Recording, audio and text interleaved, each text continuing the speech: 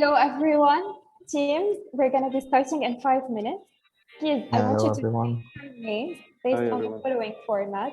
Your name, then your startup name, and also go to the closed caption and click on show subtitles.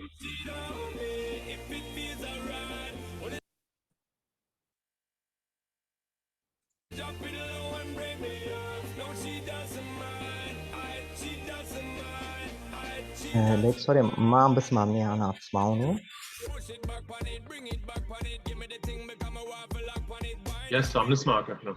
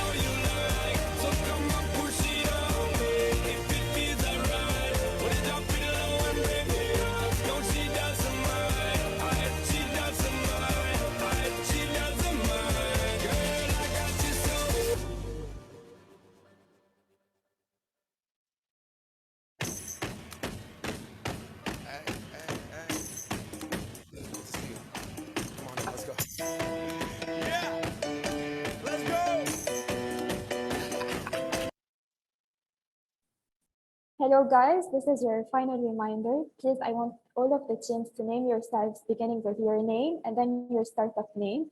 And judges as well, please, your name and then judge next to it. And open your closed captions and click on show subtitles. We will be starting soon.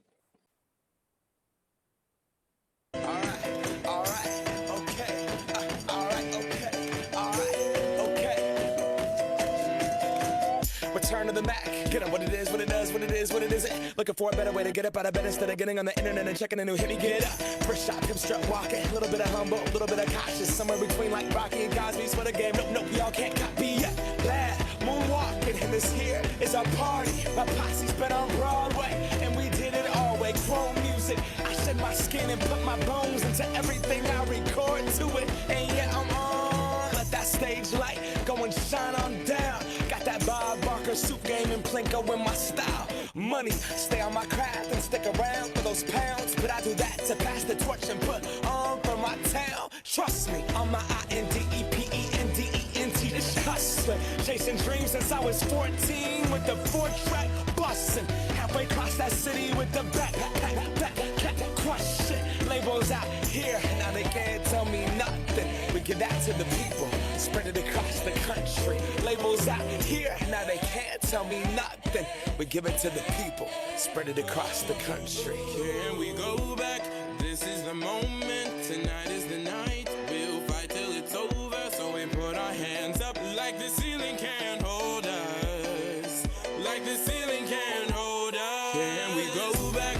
This is the moment. Tonight is the night. We'll fight till it's over. So we put our hands up like the ceiling can't hold us. Like the ceiling can't hold us. Nah, can I kick it? Thank you, yeah, I'm so damn grateful. I grew up really wanna go fronts, but that's what you get when Wu-Tang raised you. Y'all can't stop me, go hard like I got an 808 in my heartbeat. And I'm eating at the beat like it gave a little speed to a great white shark on shark week. Raw, time to go off, gone, deuces goodbye. I got a world to see, and my girl, she wanna see Rome. Caesar make you a believer, nah, I never ever did it for a throne. That validation comes from giving it back to the people. Now, sing this song and it goes like, raise those hands, this is our party. We came here to live life like nobody was watching. I got my city right behind me. If I fall, they got me. Learn from that failure, gain humility, and then we keep marching. Can we go back? This is the moment. Tonight is the night. We'll fight till it's over. So we put our hands up like the ceiling can't hold us. Like the ceiling can't hold us. Go back. This is the moment. Tonight is the night. We'll fight till it's over. So we put our hands up like the ceiling can't hold us. Like the ceiling can't hold us.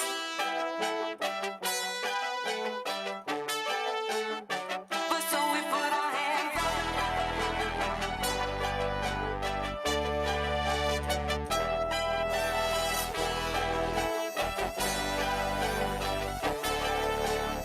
But so we put our hands up.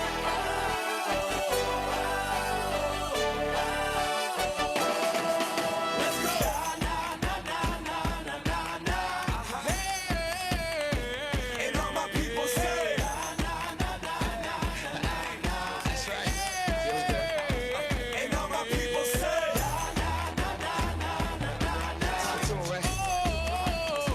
And all my people say,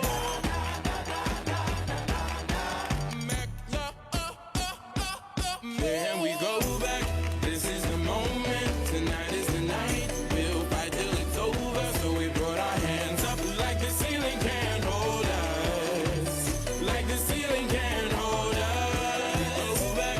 This is the moment. Tonight is the night. We'll fight till it's over. So we put our hands up like the ceiling can't hold us. Like the ceiling can't hold us.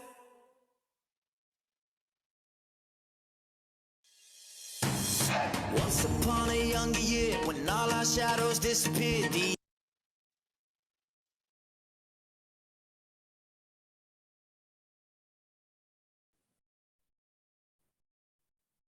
All right, so hello everyone, and welcome to the National Entrepreneurship World Cup event. My name is Stefania Abunaum, and I will be your master of ceremony for tonight. I'm beyond honored to be part of a community with such high entrepreneurial drive and innovative spirit. The Entrepreneurship World Cup is the world's largest and most diverse pitch competition and support program for the next generation of entrepreneurs, bringing together startups at all stages around the world.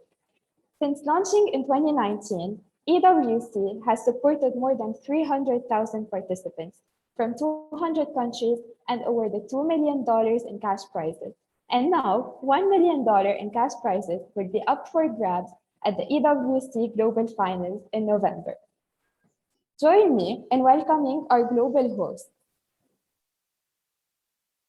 I would like to welcome and thank Miss Global Forum, GEN, the Global Entrepreneurship Network, and the Global Entrepreneurship and Leadership Foundation, as well as our national organizer, USEC, and our kind partners, the Asher Center for Innovation and Entrepreneurship, who are offering the winning team a 6-month incubation at the center located in the Holy Spirit University of Castile. Beirut Digital District, who will be offering the winning team a month of 2 free co-working desks at the hot desk area in BDD, as well as a second month of 50% discount on any selected package at their co-working spaces. Park Innovation will be offering 3 months of free seats for the winning team at the Park Innovation co-working space in the beautiful Shuf, as well as a feature on their social media. As for Nucleus Ventures, the winning team will be accepted in the Nucleus program, which is a seed program offering customized support paths to early-stage startups, helping them quickly validate and build their ventures with a customer-centric and international focus. And last but not least, Veritech is offering a sponsorship package, which includes an in-kind prize of $1,000 from Veritech Fab Lab, aiming to help the team's prototype. The prize will be distributed as follows. The winning team will receive $500 in in-kind services, the second team $300 in kind, and the People's Choice Award will get $200 in in-kind services as well. So thank you, our dear partners, for your valuable contribution. And now, let's kickstart our event by hearing a word from Mr. Jonathan Ortmans, founder and president of the GEN.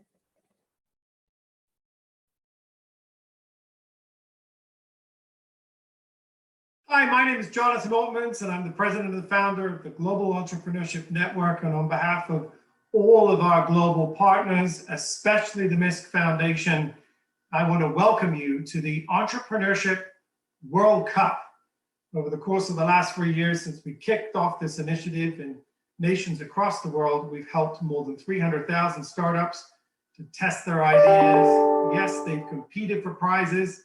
They've competed for the opportunity to get support, but in the end, all of them have got access to training, to perks, and to the networks of their peers that we hope will help them succeed if they didn't this time around. But this time around, yes, they're competing for $1 million in prizes and many millions of dollars in perks and other kinds of benefits, not to mention the training and the mentorship and the ongoing support that comes with being a part of the EWC community.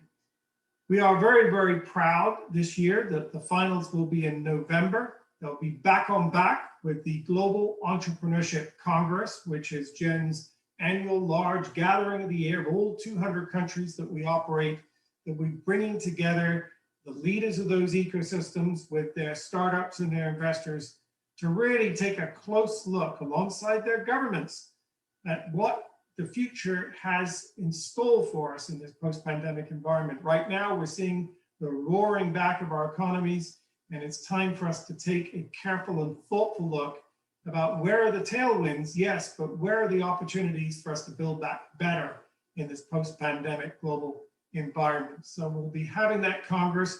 Whether you win and get into the EWC 100 and make it to the EWC final stage, it doesn't matter. You're all welcome to join the Global Entrepreneurship Congress in Riyadh in November. If indeed you're ready to get back to live face-to-face community building and relationship building, we would love to have you. More information can be made available at gec.co. But for today, we're focused on the Entrepreneurship World Cup. Welcome. We look forward to meeting all of the startups participating and look forward to seeing some of them indeed at the global gathering that takes place in November. So good luck and thank you.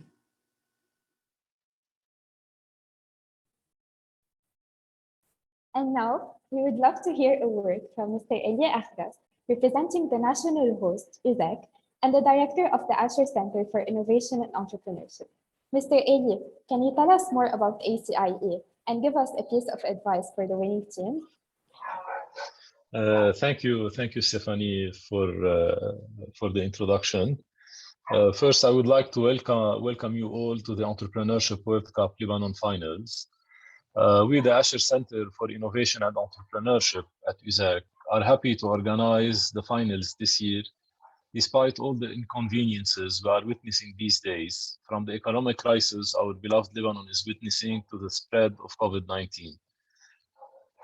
As a center, we are on a mission since 2017 when the UNI established this initiative with the purpose of developing a culture of entrepreneurship and an ecosystem of passionate entrepreneurs aiming at achieving their dreams and hope for a better world. For us, entrepreneurship is a word of hope.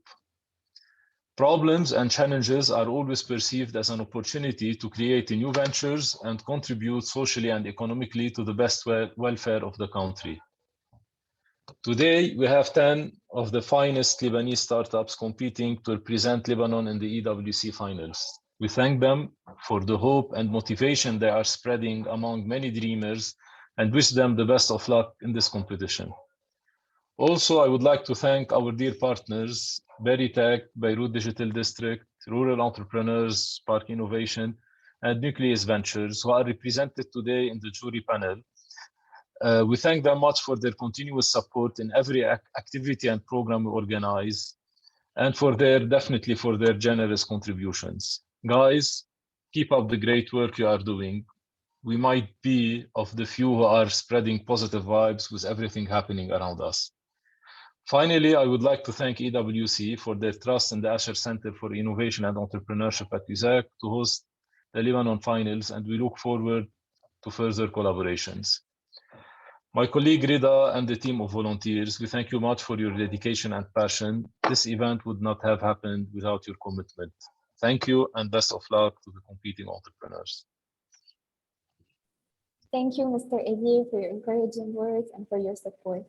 And now, guys, I think you're as excited as I am to meet our judges for this evening. So let's go. And dear judges, please feel free to share any piece of advice you feel is relevant to our startups. Moving on with Mr. Nadim Zaza, Managing Partner at Nucleus Ventures. Mr. Nadim, it's a pleasure having you here with us today. The floor is yours. Thank you so much. I really appreciate you having me over. I'm very, very happy to see this taking place in Lebanon. I want to reiterate what Eli is saying, that it is a miracle that we still have people who are pursuing their dreams and who are trying to create a success story out of the situation that our beloved country is going through. So my congratulations and my pride goes out to everyone taking part in this event today. I only just have one piece of advice to the entrepreneurs. Stay focused on what is it that you're trying to propose, what is your value proposition, work your way backwards and explain to us how are you going to get there and why is it going to be you that we should back to get you to achieve what you're trying to achieve. Thank you. Thank you, Mr. Nadim, for your work. It's now time for you to meet. Join me in welcoming Mr. Raj Khairallah, Chief Growth Officer at Beirut Digital District. Mr. Raj, we're really glad to have you as a judge and here with us today. The floor is yours. Hi, everyone. Really glad to be part of this. I'm looking forward to seeing all the pitches. A lot of people have been working on their ideas for quite a long time, and I think this is one of the very important events in the ecosystem, gathering all these great entrepreneurs. And I look forward to being part and to helping select the good teams. I think all of them are great, so it's going to be tough, but looking forward to seeing all the pitches and the progress that has been happening with all the teams. Thank you. Thank you, Mr. Raj. We look forward to. Now, it's time. Our next judge is Mr. Haytham Saad, President at Rural Entrepreneurs. Mr. Haytham, it's an honor to have you with us today. The floor is yours. Thank you, Stephanie, and thanks EWC and Eli and HR Center for having me with you today. It's a pleasure actually to be here and to help in elevating the startups and see them approaching next levels. So good luck to everyone participating, and we look forward to see them successful and continue to be successful. Thank you.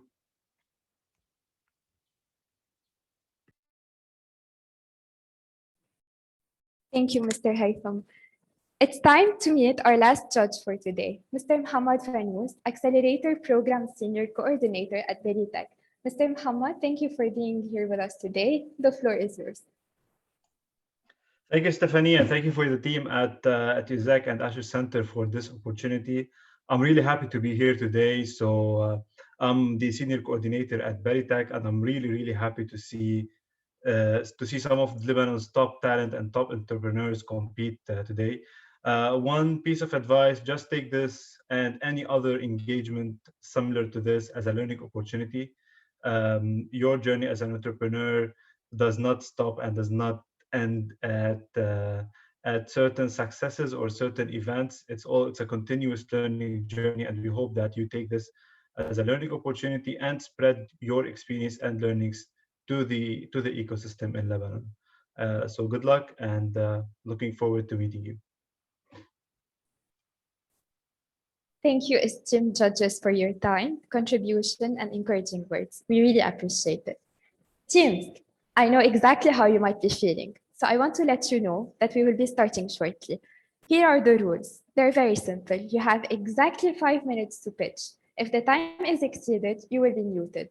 You will then have 5 minutes of Q&A, and then our judges will have a minute to evaluate.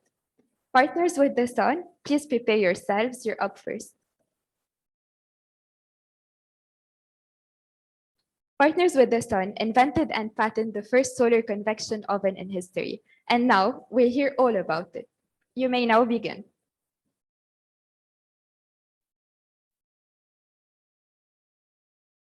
I'm not able to share the screen, please.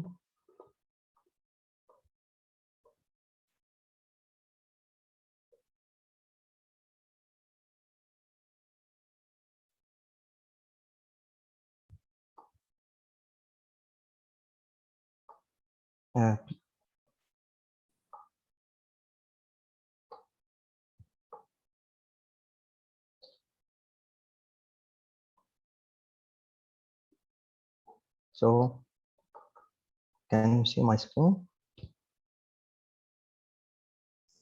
Yes. Yes, we can see your screen. Okay, this is my 5 minutes. I'm going to start. With every piece of bread, with every bite of chocolate, and with every sip of milk, the tragedy booms. Vast industries like bakeries, dairy producers, pastries, and others depend heavily on boilers and ovens. Here are a couple of cases.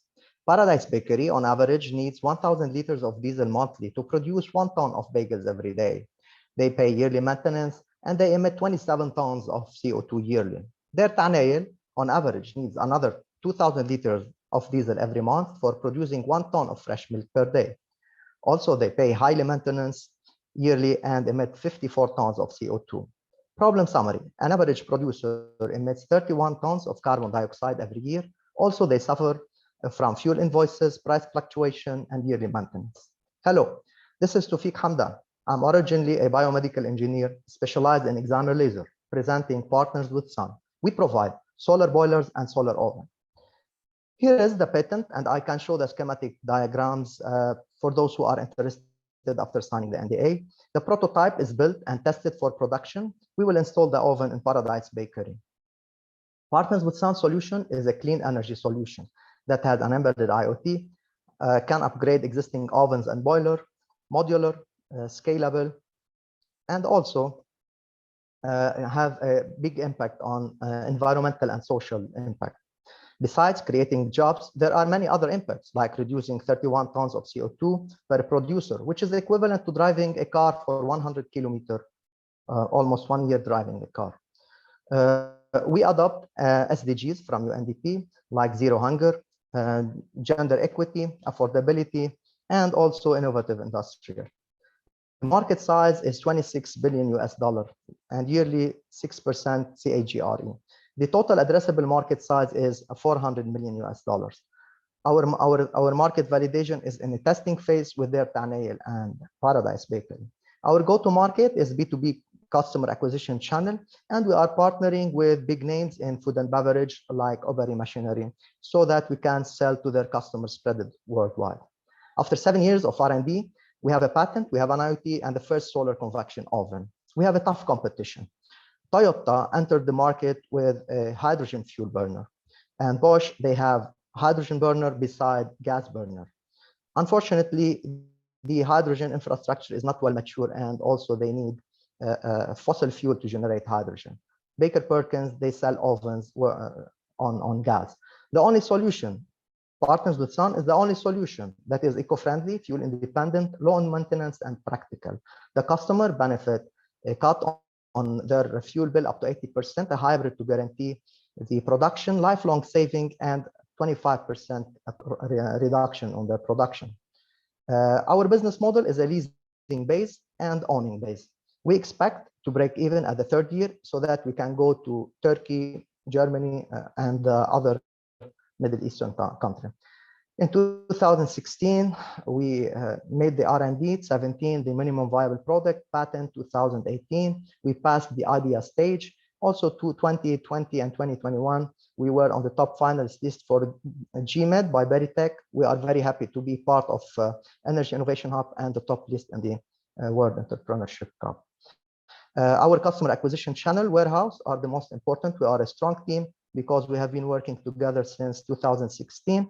Our mentors are serial entrepreneur Maan Hamdan and Amir Saab. We are asking for $100,000 for hiring, sales, marketing, working, R&D. Please be the part of the change and stop this tragedy by voting for us now. Thank you. Thank you, team. You will now go into 5 minutes of Q&A.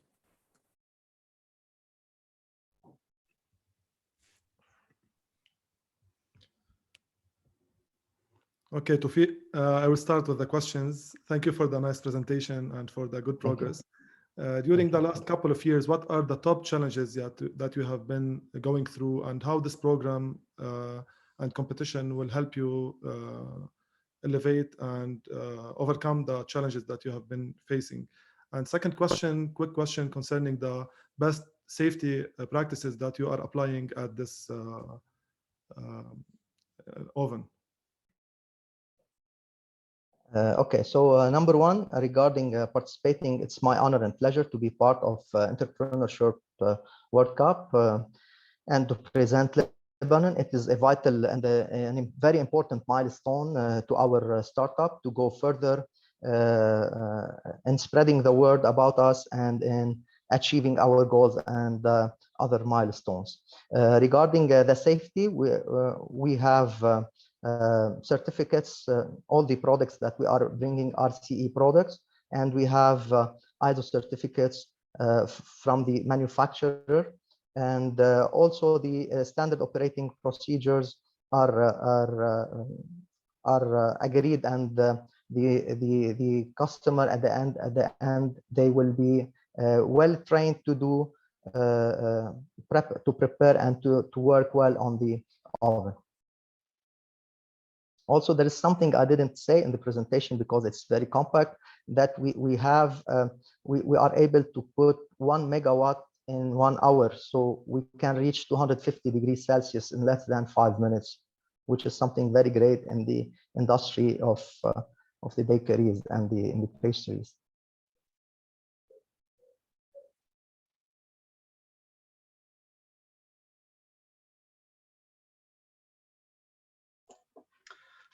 Hello, Tawfiq. Hi. Thank you for your presentation. I have a question. Since you've been talking, I'm sure you've been talking with a lot of potential customers and maybe even closed-up customers. Have you seen certain challenges in terms of replacement or in terms of replacing their existing machinery or existing ovens with your one?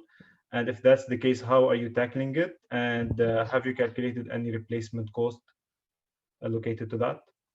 Sure, absolutely. First, we did a survey. We met more than 50 producers. So one of them asked me, okay, I have 9 ovens. So do you want to take out these ovens and put new ovens? So the good thing about us that we have the heat exchanger that we can implement in the current oven. So no need to throw away. And this is part of the circular economy, and not to end the life of of the product if they are doing well. So this is the first question regarding the objections of the customers. Can you please repeat the second idea? I asked about the replacement cost. The voice is very disconnecting. I apologize for that too. No problem. I'm saying I'm asking about the replacement costs. Yes. So we have the price is 65,000 US dollar for our system to be implemented in any bakery. The part of it, if they have already the oven, then we will take out the price of the oven, which is depends on that. So it's a part of a calculated formula so that the customer at the end of the day, they know that they are paying this amount for 25 years. And with a 25 years warranty on major parts, like eco-friendly batteries, these are very new batteries and super batteries, and solar panels and other system. There are some small items like electrical heaters or something like that. They have small warranty, but we can cover up that budget. Thanks, Sophie. Thank you. I'm afraid the question time is over. Judges, you have a minute to evaluate the team. I want to ask, please, of Team Opera Lebanon to prepare themselves. The animals inside came out to play. Went face to face with all our fears. Learned our lessons through the tears. Made memories we knew would never fade. One day my father, he told me, son, don't let it slip away. He took me in his arms, I heard him say, when you get older, your wild heart will live for younger days. Think of me if ever you're afraid. He said one day you'll leave this world behind. So live a life you will remember. My father told me when I was just a child, these are the nights that never die. My father told me.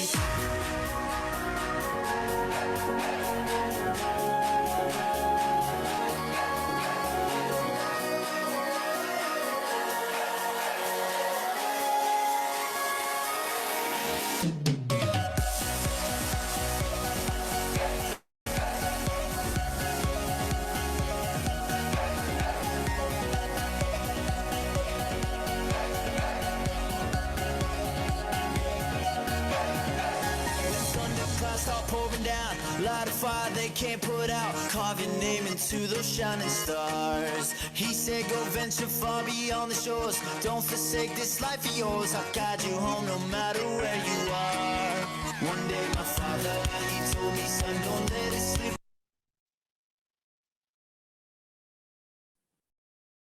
Okay, Opera Lebanon owns a repertoire of 10 Arabic opera productions that they sell to opera houses and festivals around the Arab world, and especially in the MENA region. Team, you may now begin. Thank you. I'll be sharing my screen.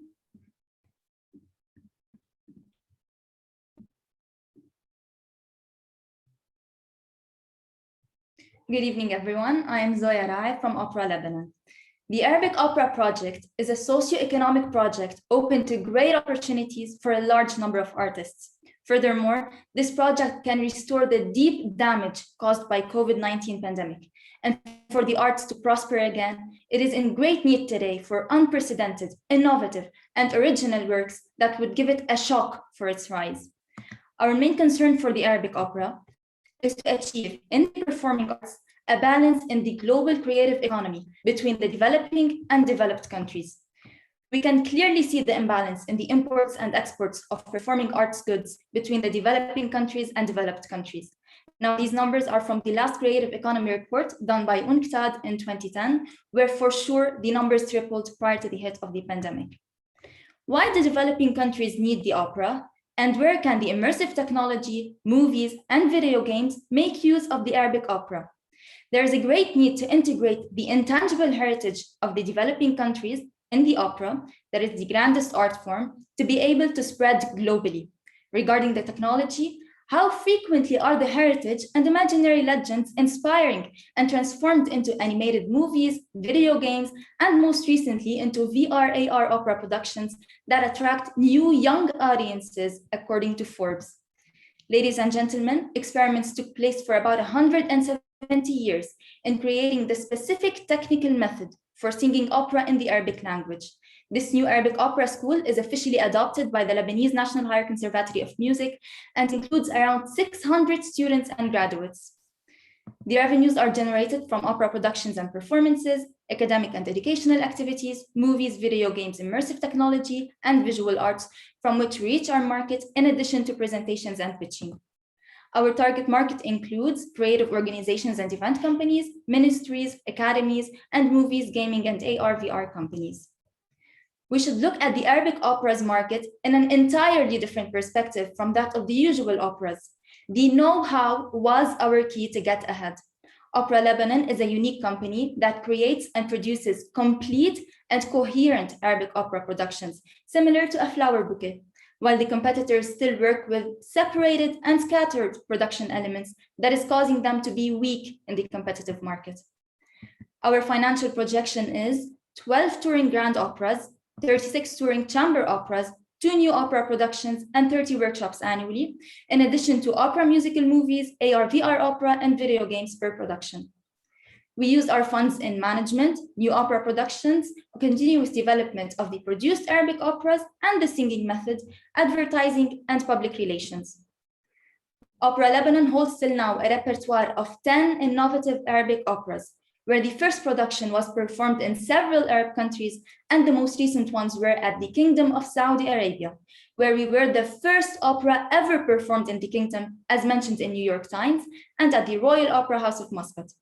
Based on the repertoire, a collaboration was signed in 2018 with Opera di Roma to incubate and spread the Arabic opera internationally. In 2020, in partnership, it was announced in London the inauguration of Opera for Peace Academy MENA. Currently, we are in the final production stages of the grand Arabic opera, The Blue-Eyed Dove, that will be produced by the Saudi Ministry of Culture. Finally, the UN Assembly announced 2021 as the International Year for Creative Economy that presents a new momentum to raise awareness about the importance of investing in creativity, especially in developing countries, which creates new job opportunities. Besides, nations are eager to discover other creative industries and cultures which would connect people and foster global peace. Our team includes experts in management, art, and cultural diplomacy. Thank you. Thank you, Team Opera Lebanon, and good luck. It's now time for Q&A. You have 5 minutes.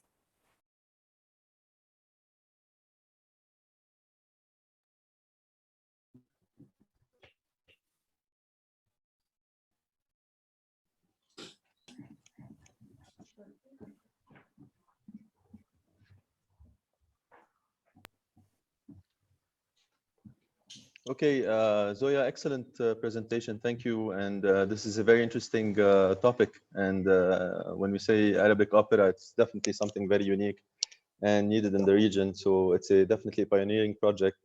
But the business model for opera in terms of scalability and tech and the different aspects, are they needed at this point? And are they applied in the Italian opera, for example? I think it's quite unique. But we want to be unique at, that unique? Yes, the technology is taking a huge part in the opera production lately, especially in attracting young audiences, new audiences, because that is what opera houses need currently.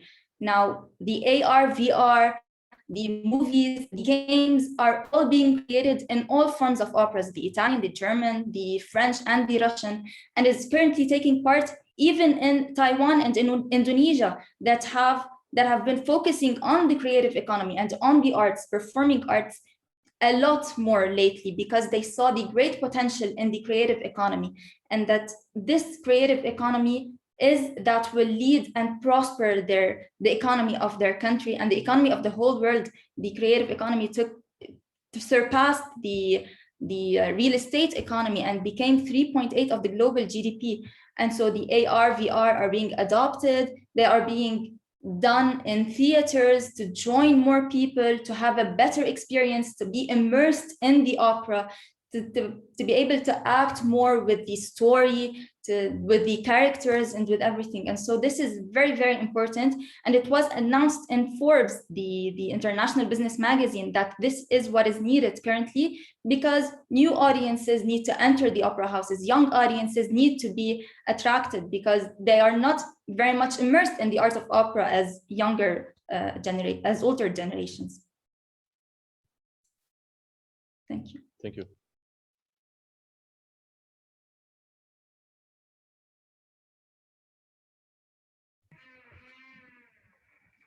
Hello, Zoya. Hello.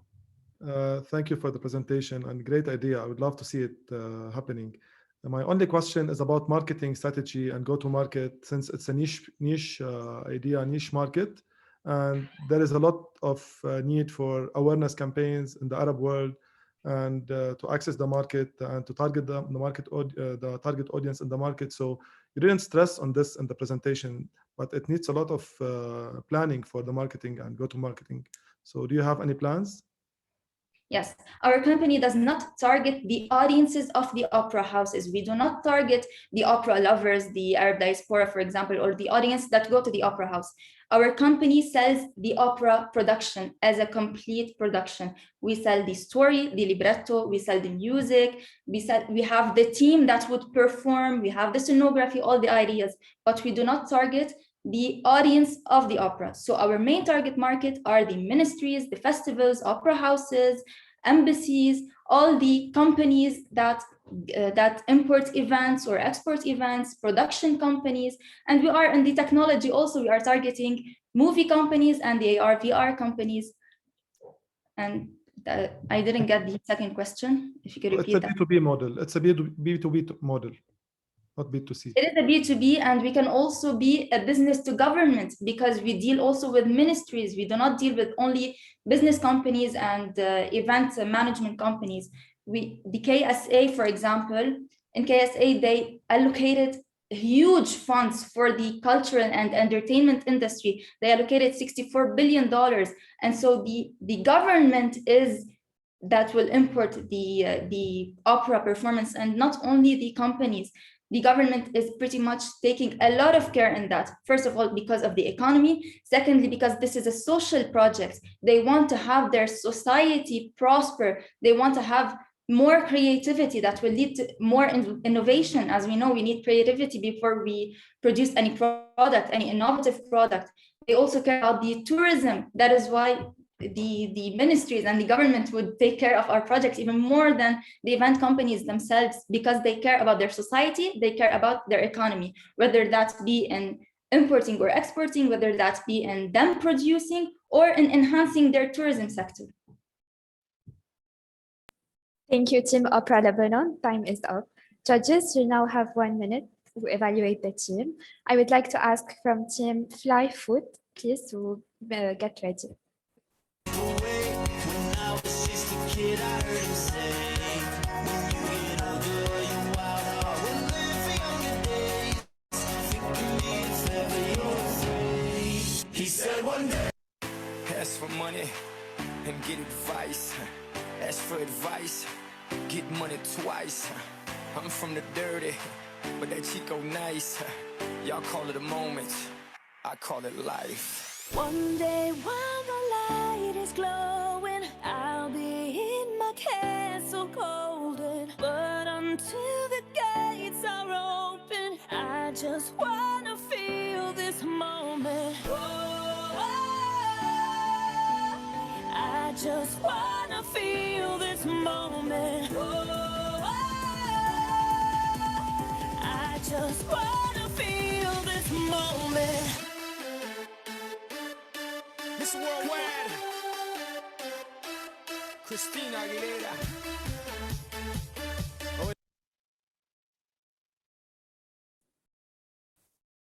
Fly Foot VR digitizes the experience of attending a football match by enabling fans to be closer to the game they love wherever they are. Team, you may now begin.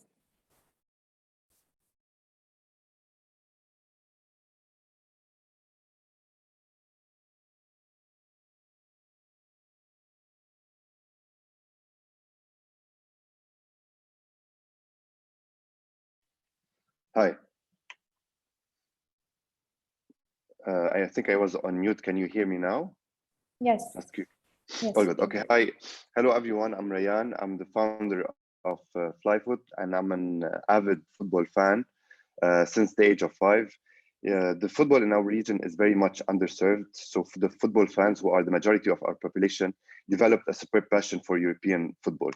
And to follow their passion, they tend to they want to watch their favorite team live in the stadium. But they struggle because they don't have direct access to these events. These such trips can cost a lot of money and a lot of painful research to book the right flights, the right hotels. And basically, what we've noticed that people around this part of the world face important language and cultural barriers when traveling to football capitals.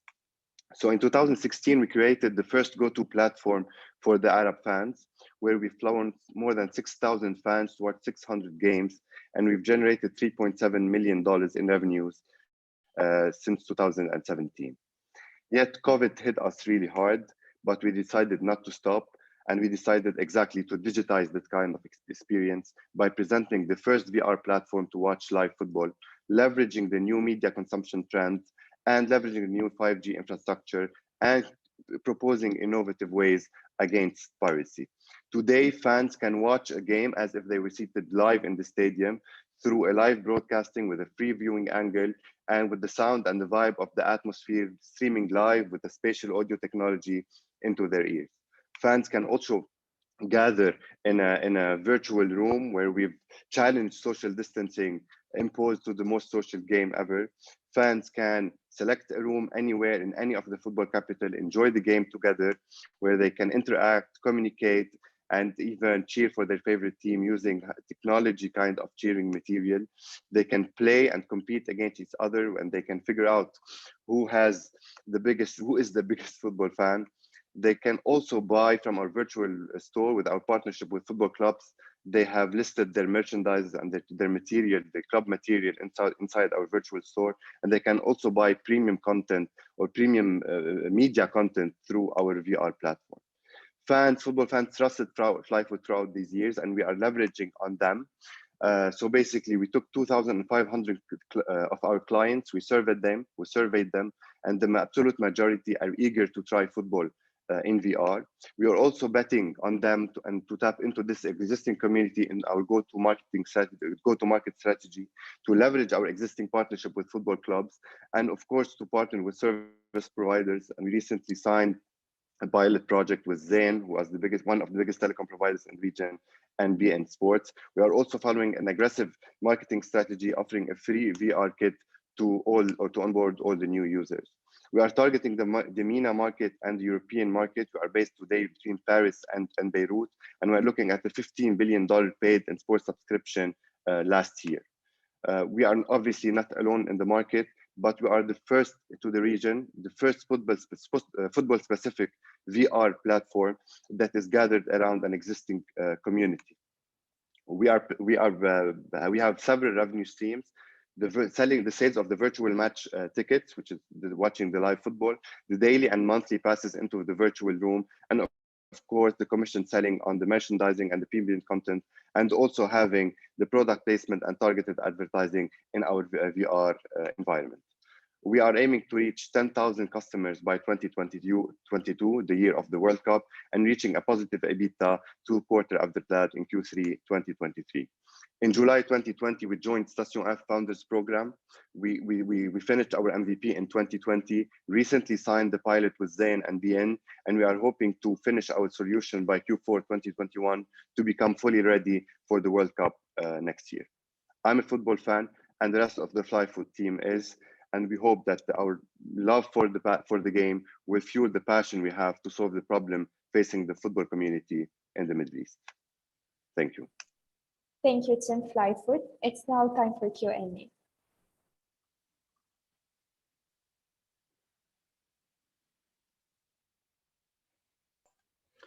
Hello, Rayan. Thank you for your presentation. This looks interesting. I just didn't catch one part, which is, do you have to place your camera at the stadium, or do you get the footage from existing broadcasters such as BN. Yeah, exactly. What we do is we get the footage from existing hardware installed in the stadium, and what we've developed is the stitching software that will transform the signal into a VR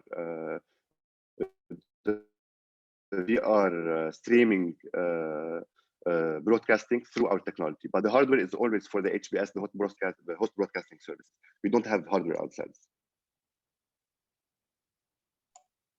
Okay, clear. And you've already signed MOUs with BN, right?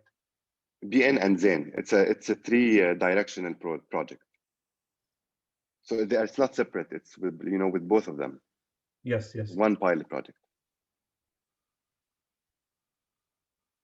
Okay, thank you.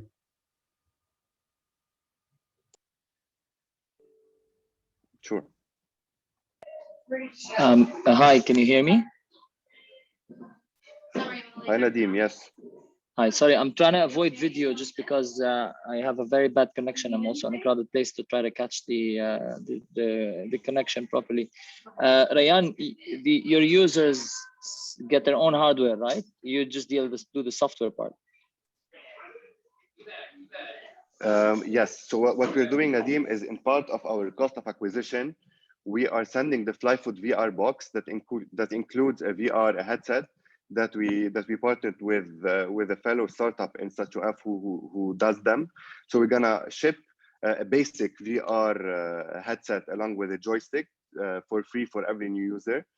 But what we're gonna propose also is where people can also buy a more sophisticated, developed VR glasses, like for example the Oculus, in-app or even on our website. They can upgrade their experience.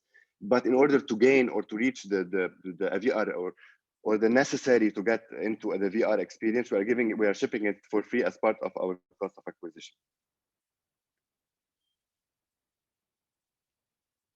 Obviously, just let me tell you something, that the same experience, okay, it's obviously 10 times or maybe 100 times augmented when you have your VR glasses, but this does not mean that it doesn't stream into your desktop or into your mobile phone without the need of a VR glasses.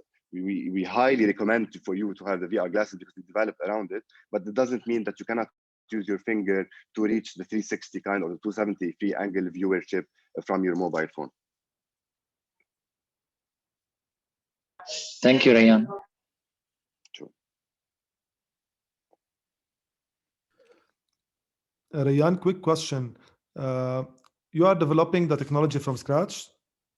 Or you we're building on existing technology.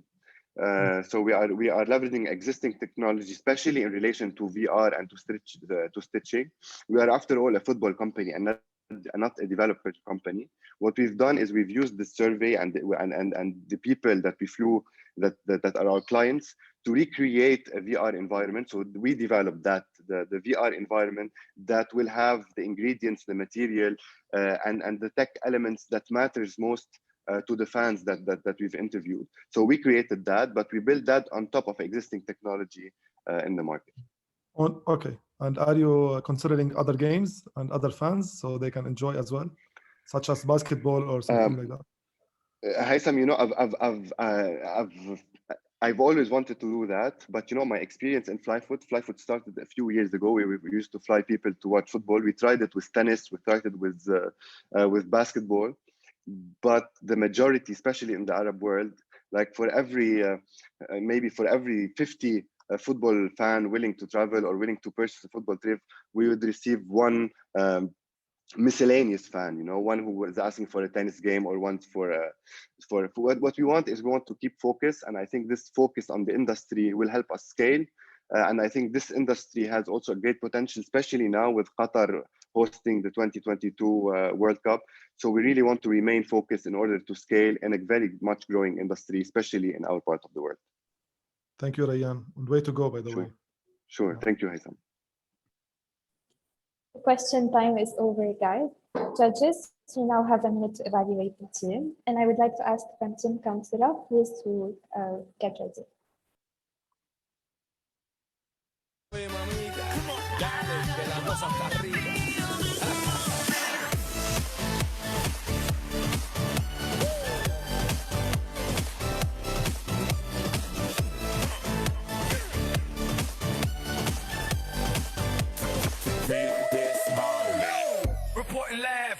the tallest building in Tokyo. Long way from them hallways. It was O's and O's. They counted always. Real fat all day. Now, baby, we can parlay. Oh, baby, we can party. She read books, especially about red rooms and tie-ups. I got her hooked. Cause she see me in a suit with a red tie tied up. Ethan, it's nice to meet you. But time is money. Only difference is I own it. Now let's stop time and enjoy this moment. One day when the light is glowing, I'll be in my castle golden. But until the gates are open, I just wanna feel this moment. I just wanna feel this moment. I just wanna feel this moment.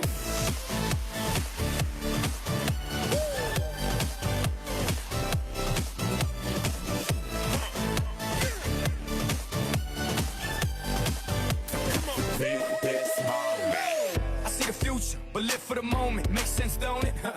Now make dollars, I mean billions. I'm a genius, I mean brilliance. The streets is what schooled them and made them slicker than Slick Rick the ruler.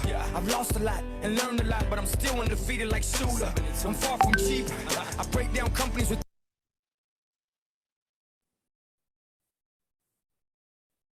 Counsela app is a platform providing online, anonymous, affordable psychological counseling. Team Counsela is the issue solved? Yes, right Okay, you may now begin. now. All right, 1 second. Are you able to see my screen? Yes. Okay.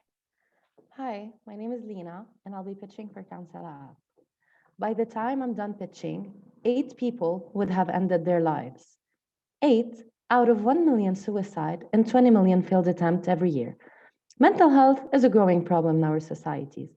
It's a taboo, something we are not supposed to talk about. People have bad and negative reactions to the topic, no time or money to actually go and see a therapist.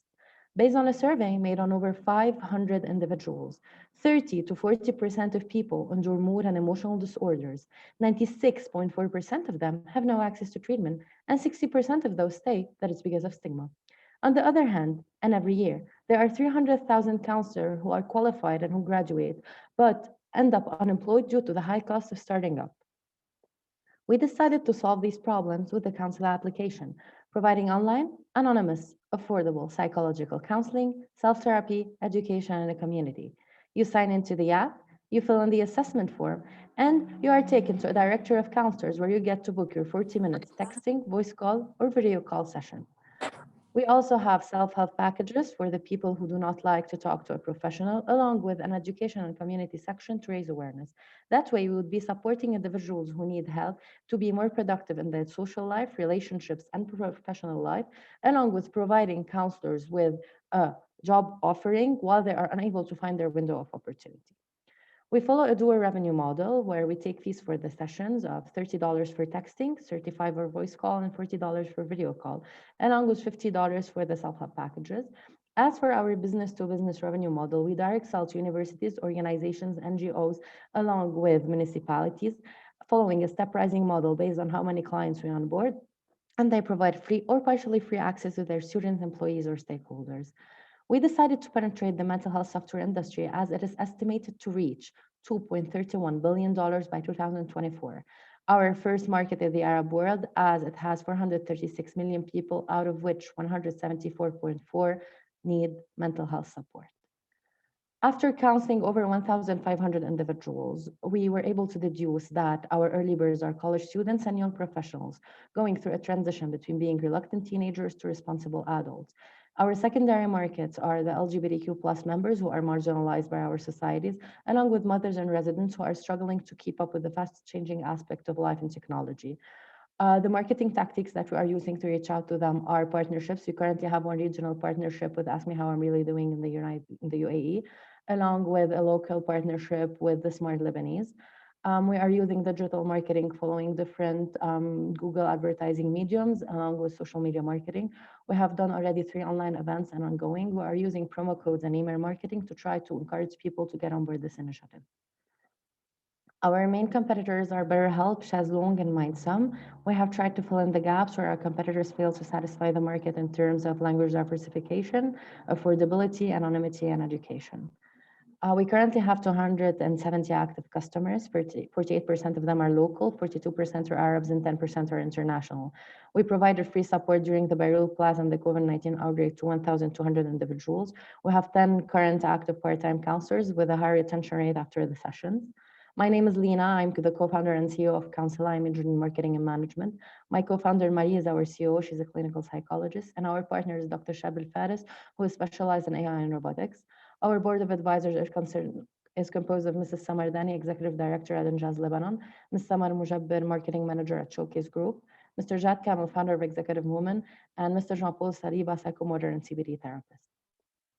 We currently hired 8 new individuals as we are expanding our work and trying to reach out to new markets.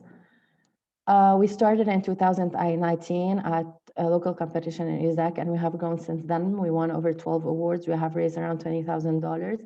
And our latest win was the Jusur Accelerator in the MENA region. And we are looking to keep growing. Based on our financial projections, we break even between the second and the third year. We track our performance by following our growth rate per customer, the country of origin diversification, the human force and employment power, our digital insights, and our growing number of partnerships. We are looking to raise funds in order to invest in marketing and software, human force and employment, product development, marketing diversification, along with international partnership and market expenditure. It's the 21st century. Mental health should not be a luxury. Put your hand in mine and start your counseling session today. Thank you. Thank you, Counselor. It's now time for Q&A.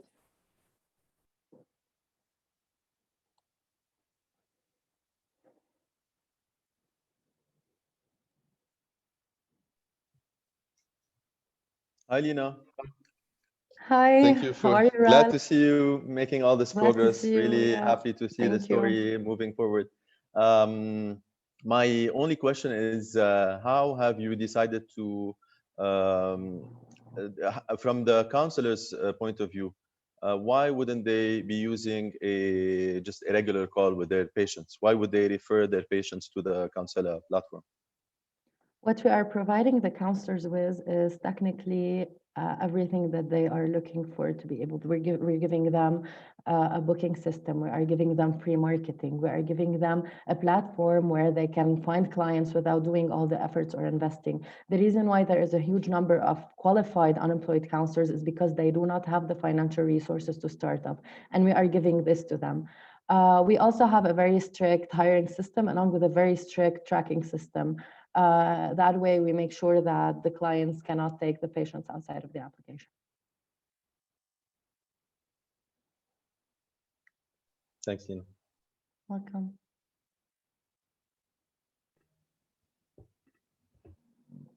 Hello, Lina.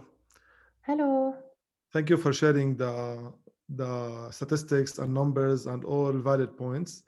I agree with you that this is a high need, and we all need such a support at a certain point.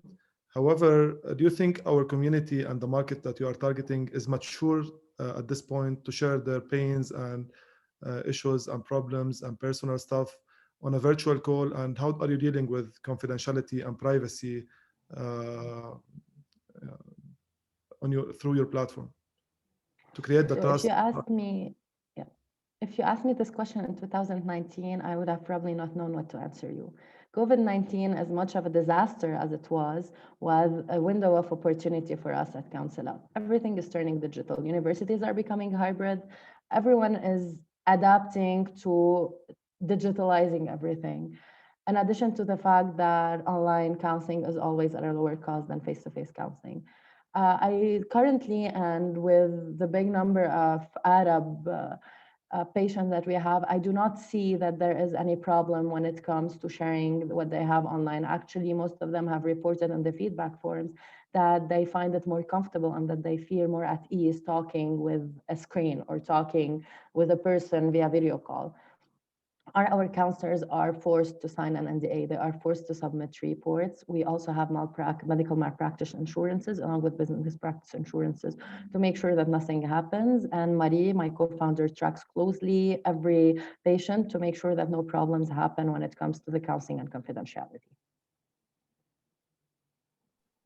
Thank you. Welcome.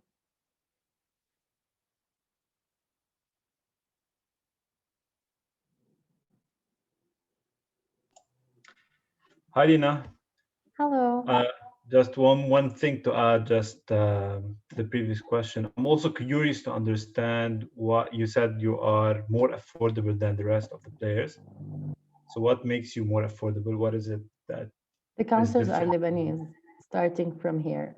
We make sure to hire Lebanese people considering the current situation here. We have full-timers instead of having just part-timers, and that way we'll be paying them a salary so that they can provide. And that way we are able to make maybe lower fees and get more profit for the company in general. In addition to that, always when you do something online, you have a way lower cost than opening a clinic. You don't have to pay for electricity, you don't have to pay rent, you don't have to pay for the accounting. Everything is done automatically.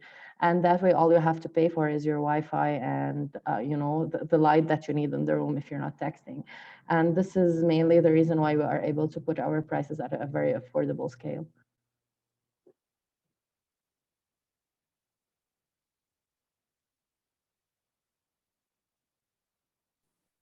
All right, thank you, Tim. I'm guessing there are no more questions.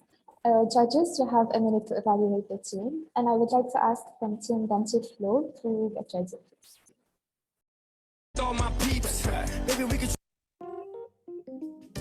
Follow the latest news, get inspired, and never miss out on what's happening around the world with the daily podcasts on Anrami.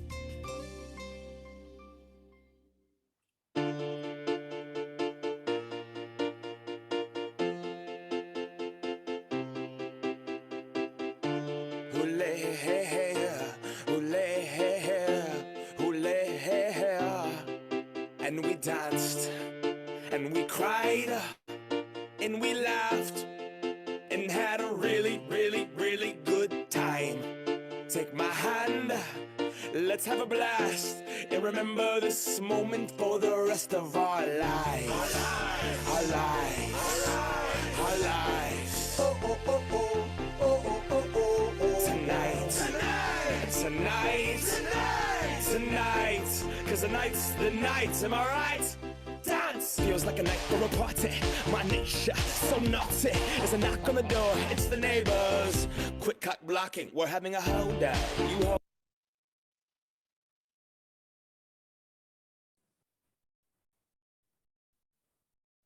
DentiFlow is a SaaS value-based dental management software enabling dentists to ease their practice, focus on their patients, save time, and increase revenue. Team DentiFlow, you may now begin. Hi, how are you, Stephanie? I'm trying to share my screen. It's not working. All right, there you go.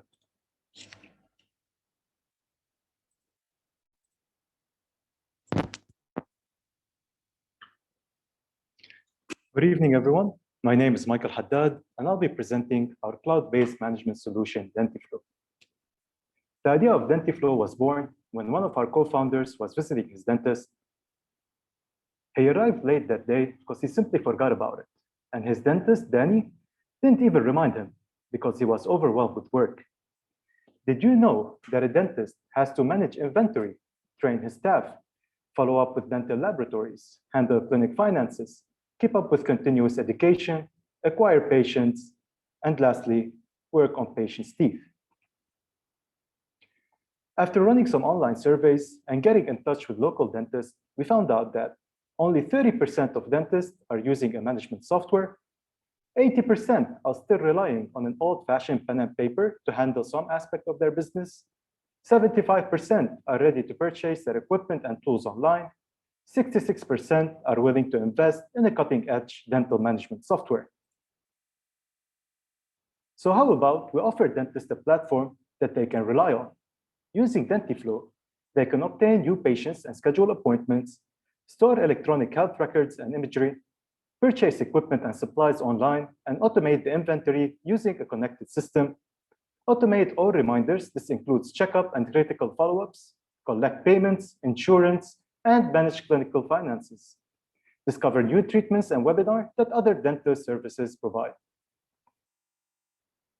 So how do we make money? Our first package starts at $39 per user per month.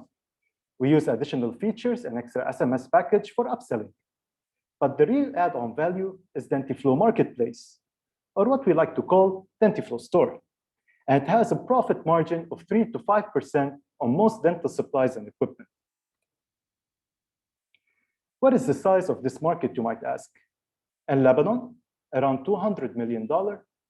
In the Middle East and Africa region, around $12 billion. And globally, around $36 billion, and growing by average of 7% yearly. So how do we plan to reach this market? In Lebanon, we started by going door to door and attending dental events to meet and know our clients.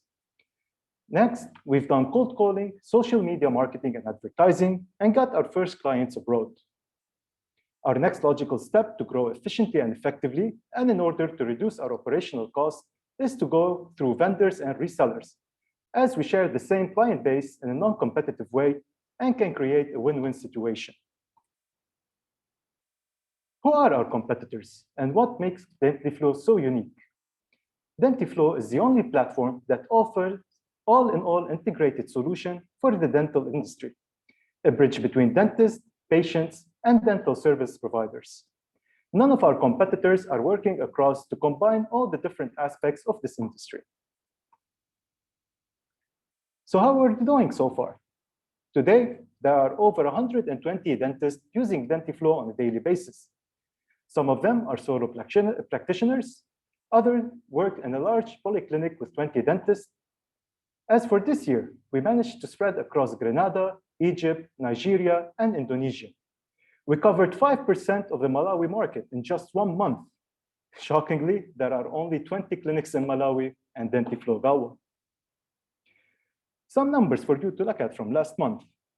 There was 1,700 new patient records created, over 6,500 appointments, 2,000 invoices, 30,000 operations, and 5,677 reminders were sent through our system. Now, the interesting part, relying on seed investment, we estimate we can reach 1,200 users by 2022, generating a revenue of almost $2 million. If followed by a Series A and B investment, we can reach 12,000 users from the Middle East and Africa market with a revenue share of $20 million. Meet our management team. Samir and Lucien are software engineers with 10 years of experience. We also have George managing the developers team, and Maroon is managing the product. Kamar is our marketing specialist, and myself working on business development. We have 2 dentists on our board of advisors, Dr. Faris Al, our technical advisor, Dr. Shadi Al-Masri, our dental business advisor, and Mr. Cedric Zayoun, our business advisor. Dentiflow, putting a smile on every dentist's face. Thank you, Team Dentiflow. Judges, it's now time for Q&A. Hi, Michael. Thanks for this presentation. It's very interesting and on point. I'm interested to know, how do you want to take it to market? What we're going to do now is go through resellers and vendors, because most of the resellers that sells products and equipment for dentists, we can actually do partnership with them. And this actually, we can drop our cost highly, because we share with them the same client base, and actually we can help each other grow. They can sell through our marketplace, and at the same time, they can sell our software and also to gather more clients. Thanks, Michael. You're welcome.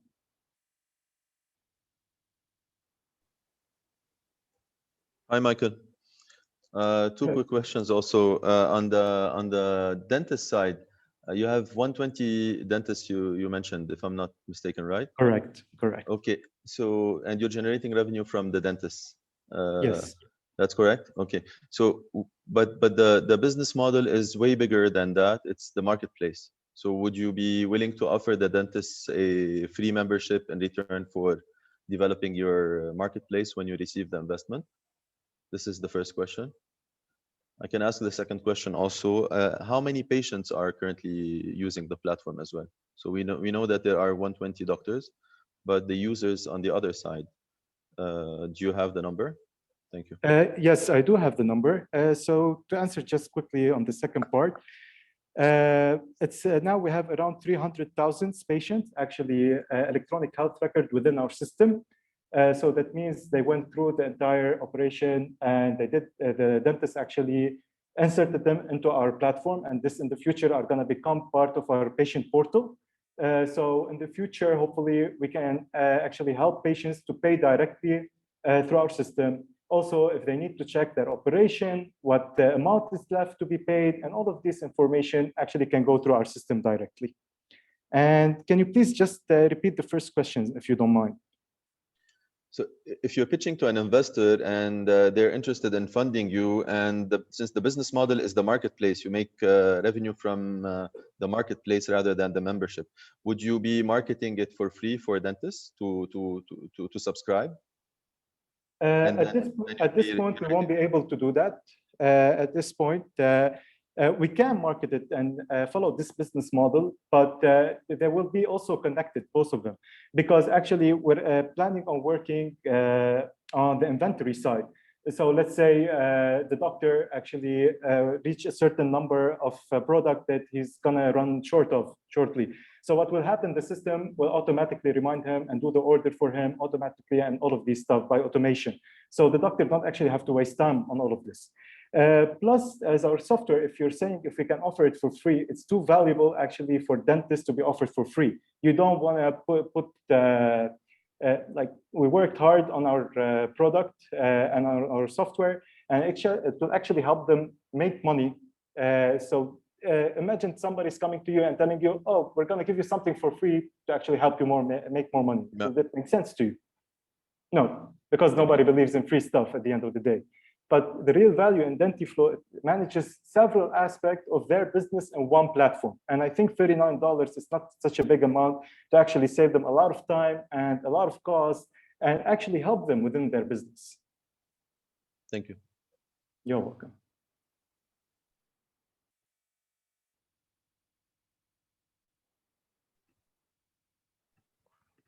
Michael, Yes, in the please. marketplace, the marketplace is open only for doctors or for public, for patients to buy stuff, because there is a gray area today for the when you go to a dentist, for example, they're making a lot of profits from the material that they're buying for you, and for us as a patients, it's a gray area for us. We don't have any idea about the cost of the actual cost of the products. So are you tackling this issue in your marketplace so clients can have access to the actual cost? Yes, of course, of course. They're going to have access to the actual cost, because at the end of the day, we're looking not only to help dentists, but also to help patients. So because, you know, there's certain dentists, they overcharge people, they take advantage of them, and this is not ethical. So this way, everything will be clear for both doctors, and you can actually decentralize all of the products. At the end of the day, if you find somebody that sells the same quality, but in a cheaper price, who would you go to? You go for sure for the person that offer the same quality, but in a cheaper price. And this way, we can actually be educating two people at the same time, the patients and the doctors, in order not to overcharge patient and actually to help patients not to be ripped off by certain doctors.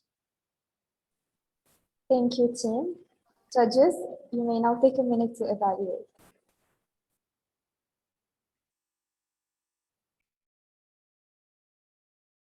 Down.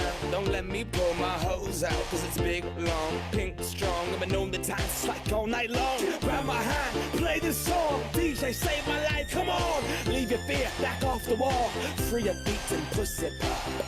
If you don't have a pussy, pop a cock into a boot tie. To a boot tie, yeah, yeah. And we danced, and we cried, and we laughed, and had a really, really, really good time. Take my hand, let's have a blast, and remember this moment for the rest of our lives. I am not going to stand on the wall. I will dance, I will break that ass off. And I see you in the corner small, doing the robot like if I died tonight, at least I went hard. I will not give a damn who watches me. I will live, liberate the thoughts in me. I will be the disco ball freak and give my all to whatever girl's booty I'm freaking on. Okay, guys, James, you were extremely amazing. You may now rest. We will be back in 5 minutes. And I would like to ask from Fabric Aid, Trip and Tap, Process Share, Build It, and the D House to prepare themselves. You will be coming up in the order I just mentioned. See you.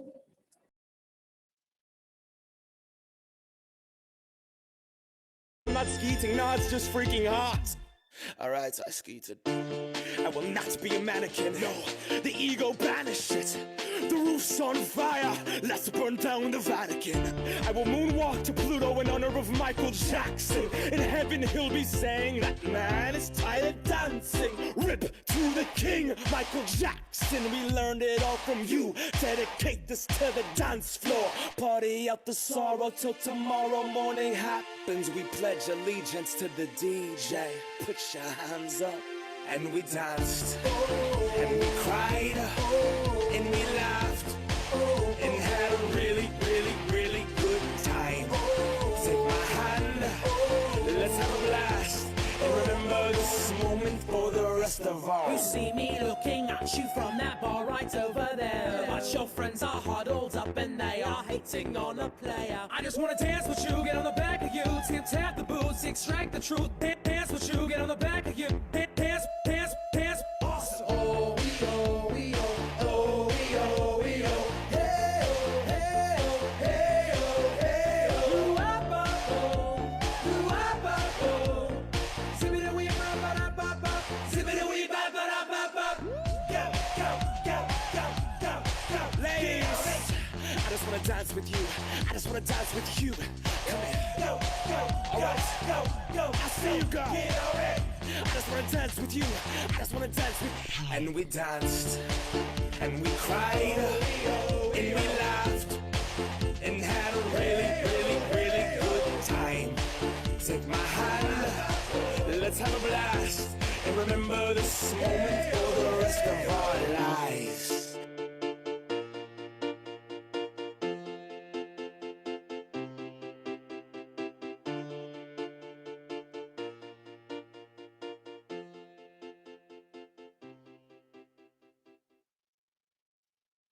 Monsieur Juna, je m'inquiète pour ton avenir. Monsieur le prof, tu ne connais pas l'avenir. Il se peut que tes propres gosses écoutent ma musique et que le 458 soit dans le parking. Monsieur Juna, les papiers du véhicule. Monsieur l'agent, je ne possède que des tubes. Il se peut que vous m'ayez flashé dans la ville. Vous qui vouliez une photo pour votre fille. Donc vas-y, cause toujours en son tabou, tabou. Vas-y, cause toujours en son tabou, tabou. Ouais, vas-y, cause toujours en son tabou, tabou. Cause toujours en son tabou.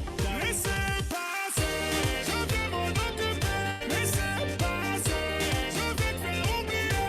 Laisse-moi m'en occuper, oui, laisse-moi te faire oublier. Tout le mal qu'on t'a fait, je serai ton bouclier.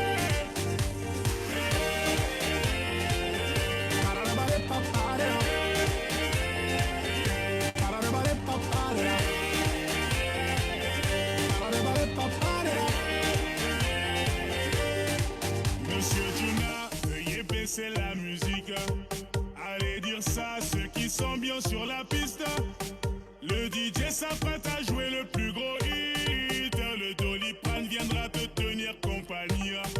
Monsieur Juna, cette année tu dois voter, ouais. Me demandez pas de vous aider à nous voler, ouais. Les impôts ne servent qu'à payer vos bolides. Vos discours sont des mensonges qu'on enjolive. Donc vas-y, cause toujours en son tabou, tabou, tabou. Vas-y, cause toujours en son tabou, tabou, tabou. Ouais, vas-y, cause toujours en son tabou.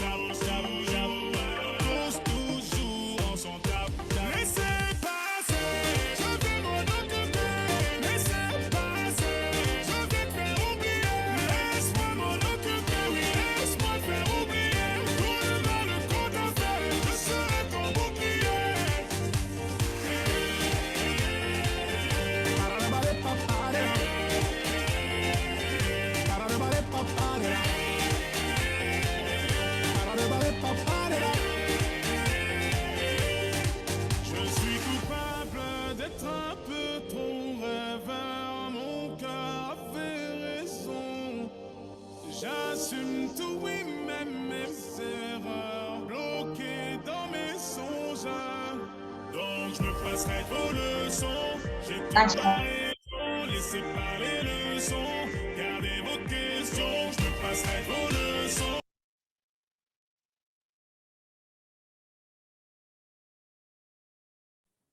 And we're back, back with Fabric A.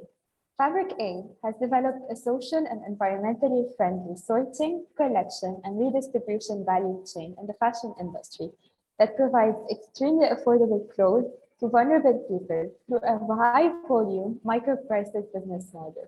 Fabric A, you may begin.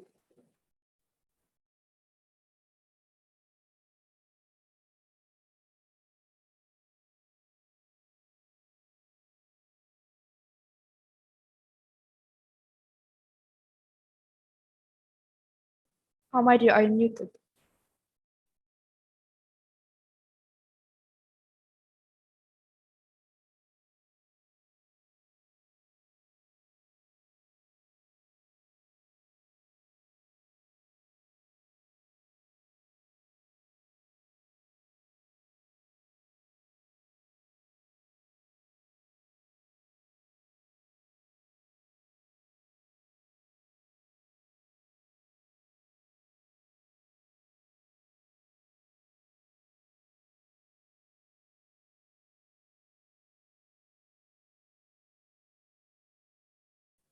Team Fabric 8, are you ready to start? سوري كان في مشكلة بالصوت مش الحال هلا؟ Yes, we can hear you. You are seeing my screen, all's good? Yes. بعتذر على الديلي بس كنت معلق كبسة الأميوت. Again, thank you so much for the opportunity. My name is Omar Aitani and I'm the General Manager of Fabricate. I would like to start the presentation with a very important fact. In Lebanon, more than 3.3 million people can't afford decent clothing. At the same time, or at the same country, more than 2.5 million people currently can still and are willing to participate in the donation cycles. Unfortunately, in Lebanon and in the region in general, we don't have any organizations solely specialized in cloth collection, sorting, distribution. And they cannot do their work in an efficient, effective, transparent, and most importantly, in a sustainable manner. This is exactly why, back in 2018, we established Fabricate, with an aim to establish a social and environmentally conscious value chain for the apparel industry. What we do at Fabricate is fairly simple. We collect secondhand clothes through hundreds of clothing collection bins between Lebanon and Jordan. We have partnerships with basically all the major NGOs. Even if you didn't donate your clothes directly to Fabricate, you donated them to Arc-en-Ciel or Caritas or to any other major NGO in Lebanon, most probably they will end up at Fabricate. And we have partnerships with international fast fashion brands such as Levi's, Adidas, H&M, and many others. The collected clothes are sent to our sorting facilities where they are cleaned, mended, and categorized according to age, gender, type of clothing, and quality of clothing. The vast majority of clothes are sent to our Soul Khlanj stores, located in extremely marginalized communities, and the aim of Soul Khlanj is to provide people with a dignified shopping experience. Around 78% of the clothes we collect ends up at those stores and are sold for prices ranging between 500 Lebanese pounds to maximum 3,000 Lebanese pounds in Lebanon and 0.25 to 2 JDs in Jordan. We have 4 branches in Lebanon and 2 branches in Jordan. And at those stores, people come, everything is hanged, neatly displayed, there's price tags, there's fitting rooms, there's personalized advice. People have the chance to choose whatever they want at prices that they can actually afford without feeling that somebody is doing charity for them. Fortunately, those stores have been incredibly successful. In the last couple of years, we have reached more than 50,000 beneficiaries and sold more than 260,000 clothing items through those stores. But of course, the people targeted in those stores are usually marginalized, who tend to be a bit more conservative. So there's a certain type of clothing that we end up sending to second base. It constitutes around 6% of the clothes we collect, and it's basically thrift and vintage clothing. We have 2 branches, one in Beirut and one in Amman, and we sell the items at a higher price to sustain the entire operations. 100% of the revenues of second base are reinvested back in Fabricate. Finally, within the donation cycle, 16% of the clothes we receive is in bad conditions. And those type of items, we either upcycle them into furniture or into new clothing items. And now, completely independent of the donation cycle, we have a concept that we started after the financial collapse in Lebanon called Souq Oqaz. Su'aqas are stores where people don't donate, they sell us their secondhand clothes at our stores. And we sell them at a price margin. So whatever they sell us the item at, we multiply it by 3 and sell it at the same store. The average price per item is around 60,000 Lebanese pounds, and it targets middle class communities. We have a flagship store in Hamra, and it has been incredibly successful, and we are opening in a couple of weeks another store in Furnished Big. Fortunately, through those stores, we have been able to do in revenues this year, and by the end of the year, $600,000. We have already raised 1.5 million, and we have a monthly increase in sales, consistent for the past couple of months at 52%. We are currently 60 employees, and by the end of this month, we'll be around 70. But still, all of those numbers are quite modest compared to the actual market size. The second-hand market was valued at 24 billion in 2018, and now in 2023, in 2 years, it will be valued at more than $51 billion. In the same time, there's 1.6 million tons of clothing being discarded every year in the MENA region, while 77 million people can't afford first-hand clothing. So the disparity is unspeakable of. Our future plans is to establish Fabricate in Egypt very soon, to open up a laundromat. It's not a future plan. The laundromat will be completely operational next Monday, so tomorrow. And most importantly, to start Fabric Base, which is a recycling company where we use old clothing and reassess them and recycle them for them to become a certain type of boards. It's the project that we are working with the University of McGill, University of Manchester, and Southern Wales. We have received recognitions from the United Nations, the NIP2, Global Social Venture Competitions, and Forbes. And our team is quite diverse between Lebanon and Jordan, with people in the fashion industry, ex-Azadea, ex-Chanel, ex-international development agencies. We are very proud and happy to be amongst the startups today, and we hope we can make it to Saudi very soon. Thank you so much. Thank you, Team Fabric Aid. Judges, it's now time for Q&A.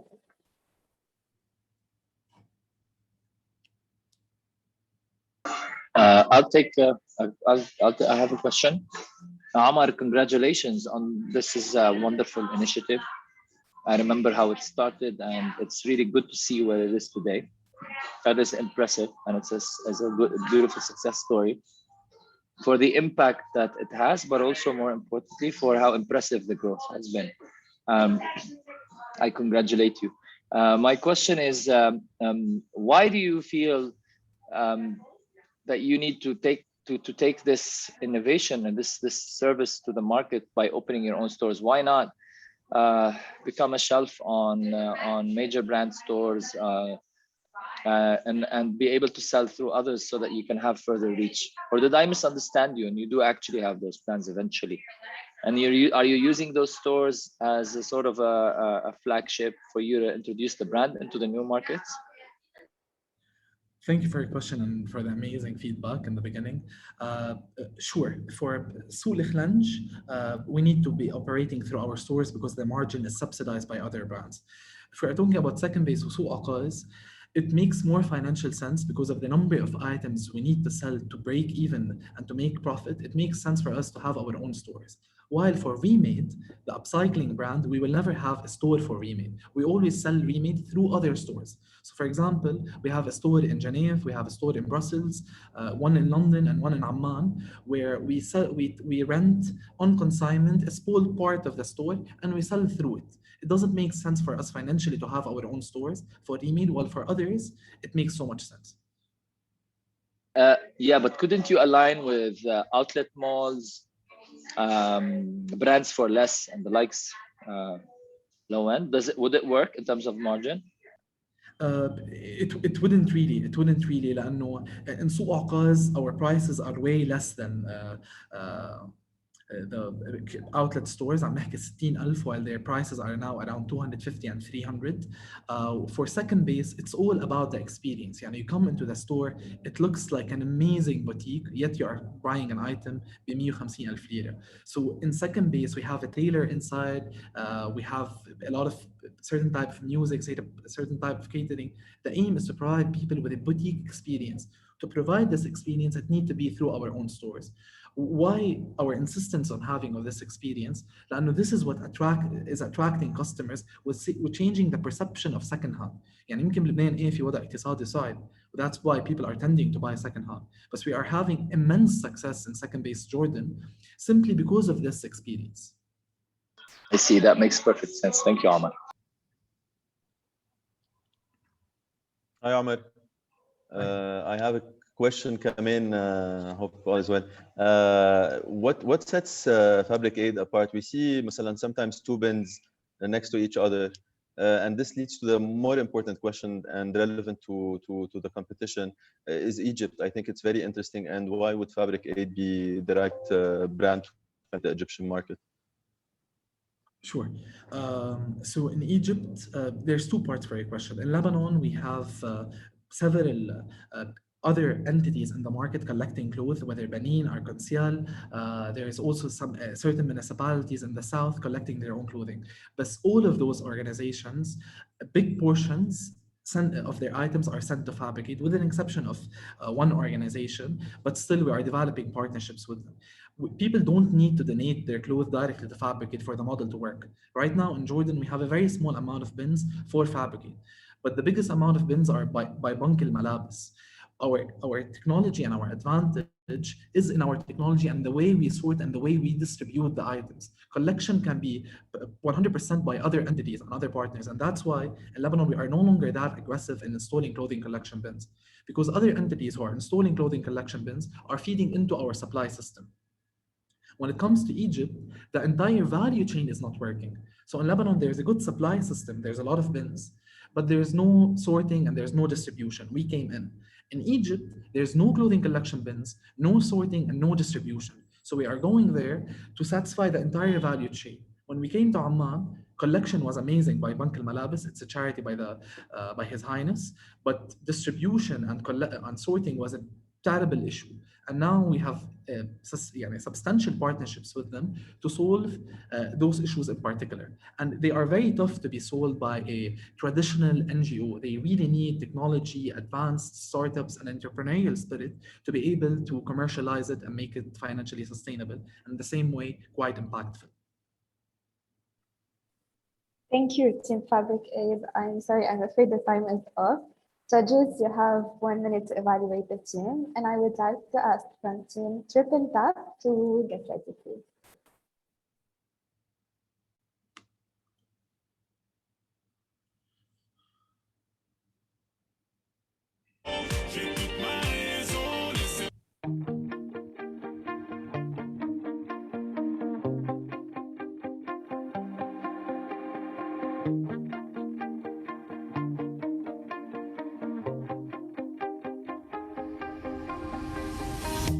You shout it out, but I can't hear a word you say. I'm talking loud, not saying much. I'm criticized, but how your bullets.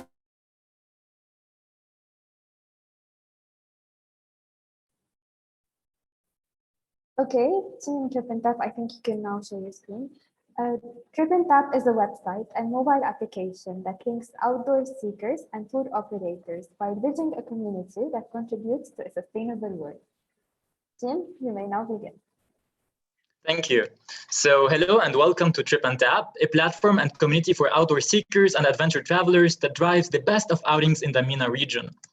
To do so, we have noticed major problems targeting the business and social aspect of the industry. First of all, organizing trips is a hard and tedious job where you'll have to search between scattered and unorganized information about the trip and tour operator in order to just find the trip of choice, location, and best tour operator for this activity. Also, there's no peer-to-peer connection for outdoor seekers to share their outdoor experiences. Now, socially, the tourism sector is heavily hurting the environment and our biodiversity, with 25% of CO2 emissions increase coming just from the sector. Yet awareness is very weak, especially in our region. Now, digging deep into these problems, adventure seekers express their pain in order to find the activity of choice and the list of tour operator for this activity, and has a general low satisfaction from incompatible matches with guides and different expectancies resulting from lack of information and communication. Trip and Tap thus wanted to bring value to those pains by having a fast and reliable platform highly personalized with the tour operator of choice, but also the platform that is highly transparent. Now, tour operators and agencies also express their pain having an outdated model, weak branding and SEO, resulting in them not performing competitively to their full potential. Trip and Tap thus increased efficiency with automated operations, enhanced sales with fair and convenient offering since there are no registration fees. So, Trip and Tap is a website and mobile application that links outdoor seekers and tour operators and connects users by easily finding the trip organizer and outdoor places of choice, connecting outdoor lovers, allowing them to interactively share their experience and activity progress, but also renting or buying the needed gear and equipment. But Trip and Tap is also a community that contributes to a sustainable world by gathering a dynamic group of youth to fulfill the UN SDGs, creates partnerships with local and international organizations, and also 2% of every trip that is booked will be donated to sustainable development goals. But why now? Because due to COVID-19, the tourism sector has shifted to ecotourism, being a great opportunity to grasp the emerging market. In fact, the global tourism market has hit its greatest downfall of -74% in one single year. However, the outdoor travel market wasn't only unaffected, but it has increased by 7.5% and is expected to even outgrow the global tourism market in the next couple of years. Now, our product is based on AI and machine learning, suggesting the right trips according to each person's interest and capabilities, but also suggesting a community groups to users according to their interests. Also, you can find and book with all available outdoor activity organizers and find the right destinations with just a few clicks. And it's also an adventure e-commerce store where you can rent or buy directly from our app the needed equipment. Now, socially, users can join any group, then they can upload their own content such as videos, images, polls, text, etc. Users can then connect and interact with each other, such as adding friends, comments, liking, chatting with each other. And trip organizers can also interact within this group. Now, the market size is quite impressive in the MENA region, with a TAM of 263 billion USD of outdoor activities. Now, the KSA and the UAE are the two major markets, with a SAM in the KSA of 4 billion, reaching in less than 7 years 6.6 billion, and that not taking into account the Project 2030 that will increase the number of tourists by 550%, increasing thus the job opportunities by 100% and thus the GDP by 200%. Same goes for the UAE with a SAM of 2.5 billion USD, reaching in less than 7 years 3 billion USD. Now, our business model consists on commissions on trips and equipment, subscription for discounts as a minimal revenue source, and also as an incentive for the subscription, but also 5% from direct contributions. Now, our go-to-market strategy, we are a B2B2C type of business, partnering up with NGOs, educational institutions, but also organizing events and utilizing social media as a handle. Now, we separate ourselves from the rest of the competition by being adventure-focused and community-based, whereas our competitors are static and or non-focused. We have already won several awards and competitions, and we are also proud to be in the Park Innovation Accelerator. This is our great team. Kevin, Omar, and I are the co-founders of Trip and Tap. We also have a board of directors ensuring that we are always on the right path. Financially, worst case scenario, we are expecting to be profitable by the second quarter of the second year. Now, we have already organized more than 3 beach cleanups, planted more than 2,000 trees. We have already on board more than 1,000 trip organizers that we have organized offline. We have 75 local trip organizers on board. We have collaborated with NGOs and international organizations as much as local governments. And here is our milestones for the rest of the year. So thank you very much, and I'm open for the questions. Thank you. Just before you start, Judge Haitham wrote you a question in the chat box, but I would like you to answer it in private or after the meeting if you can. You can connect and answer it. Now it's time for the live questions, please, judges. Sure, of course. Thank you.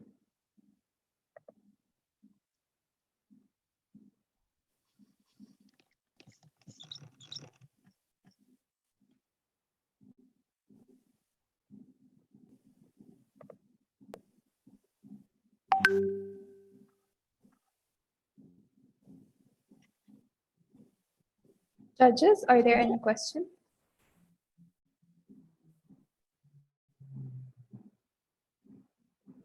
No questions from my end. Thank you for the nice presentation. Thank you.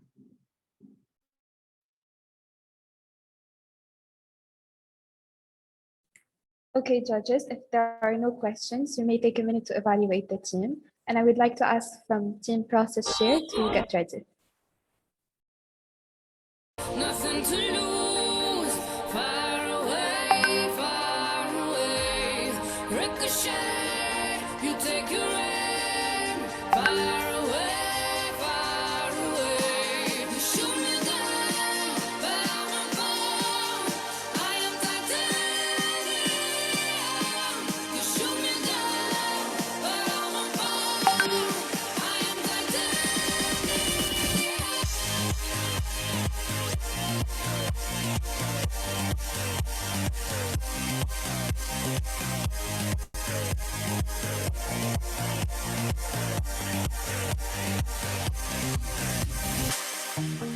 Come down, but it's you who have further to fall.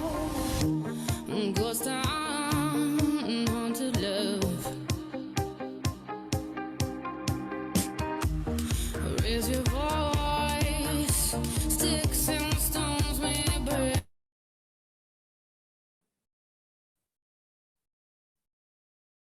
Okay, Team Process Share, I think you're now able to share your screen. Process Share is a B2B supply chain integration and collaboration platform between FMCG trade partners of all sizes. Tim, you may now begin. Good evening. I'm Sharb Al-Rahan. I'm the founder of Process Share. We operate in the space of supply chain integration and collaboration. B2B supply chain processes are notorious to be manual, slow, and risky. However, there's an alternative, which is the connected supply chain, a digitally connected supply chain, which offers a lot of benefits. As per McKinsey, we're talking about a huge reduction in expenses and safety stock and lost opportunities and a big opportunity for growth and better customer satisfaction.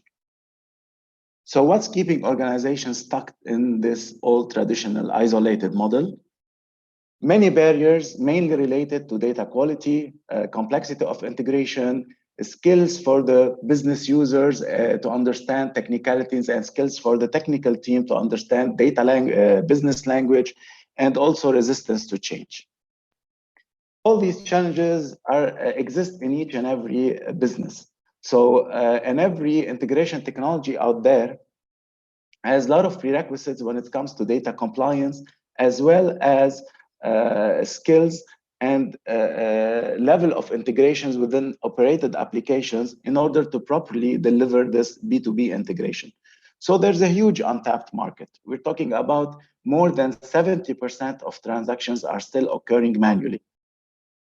Especially when we talk about ecosystems which are poorly regulated or players in the low stream of supply chain, which are in tier 3 and tier 4 of the supply chain or lower, and also in ecosystems where there's not a lot of data standardization and regularization.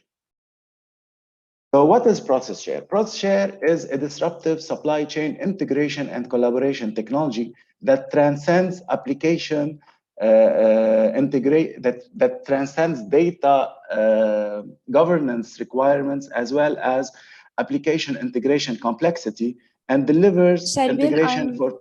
Sharbil, I'm sorry to interrupt you, but your screen, the slides are not working. It's fixed on the first slide. Okay.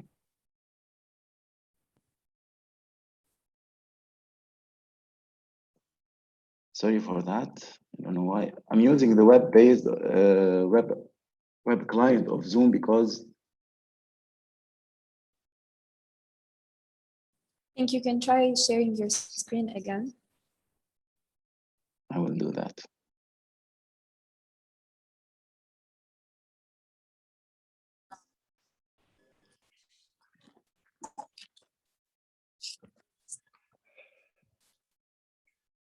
Okay, is it better now? Yes, it's better. You are allowed to restart. All right. So again, I'm Sharb Al-Rahal, founder of Process Share. We operate in the supply chain integration and collaboration space. Our aim is to make businesses more resilient, consumers more happy, and the planet more sustainable through frictionless integration. Traditional supply chains are notorious for being manual, slow, and risky. However, the connected supply chain, when it comes to digital connectivity, offers a lot of benefits in terms of reduction of expenses, reduction of lost sales, of safety stock, and boost in growth and customer satisfaction. What's keeping organizations still operating in the traditional mode are these challenges. We're talking about the need for data compliance across the supply chain players, a lot of integration complexities, special resources and skills, and resistance to change. So there's a huge untapped market because obviously these challenges exist in a lot of businesses, especially when it comes to businesses in poorly regulated ecosystems, such as FMCG players in the region, and in the tier 2, tier 3, and tier 4 players in the low stream supply chain. Every integration technologies out there requires a lot of technical prerequisites to operate. So this is why we see this huge underserved market. So Process Share is a supply chain. It's a disruptive supply chain integration and collaboration technologies that can transcend various application integration and data compliance requirements in order to allow supply chain partners of every size, irrespective of their digital readiness, to connect and be and work integrated at all process levels. We already landed major players in Lebanon, such as Spinach, which is the #1 retailer, as well as FDC, one of the top FMCG and drug distributors in Lebanon. We also landed Transmed, which is Procter & Gamble distributor in 9 countries in the region. What's special about the business model of Process Share is that because of its collaboration, B2B collaboration technology, it's promoted by the customers who adopts it. Currently, Spinach is asking every other vendor to join the platform, and Transmed, who's piloting with Spinach, now wants the next step would be to talk to Carrefour and roll out the technology with Carrefour branches in all the countries they are operating in. So this will decrease the customer acquisition cost and will decrease also the churn rate because no one will leave the network once their partners are onboarded. And this is excellent for SaaS businesses. We're seeing a lot of traction from Microsoft side because the product is built on top of Microsoft technologies.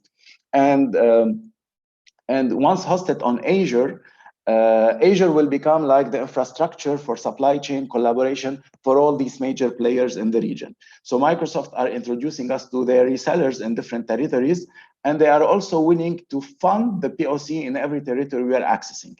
So between the landing in new territories through the Microsoft network and expanding through the network of existing customers, we have a huge scalability. The market is huge, especially in the region, because we really have no direct competition. We're targeting currently KSA, UAE, and Egypt. Our revenue model is based, we have 2 revenue models. Basically, one is based on per course, and the other one is per exchange transactions. Customers can start based on the number of exchange transactions and upgrade to the per core model in order to be able to target players of all sizes. Other revenue streams might be later on an AI layer to orchestrate the supply and demand across the complete ecosystem, integration with blockchain.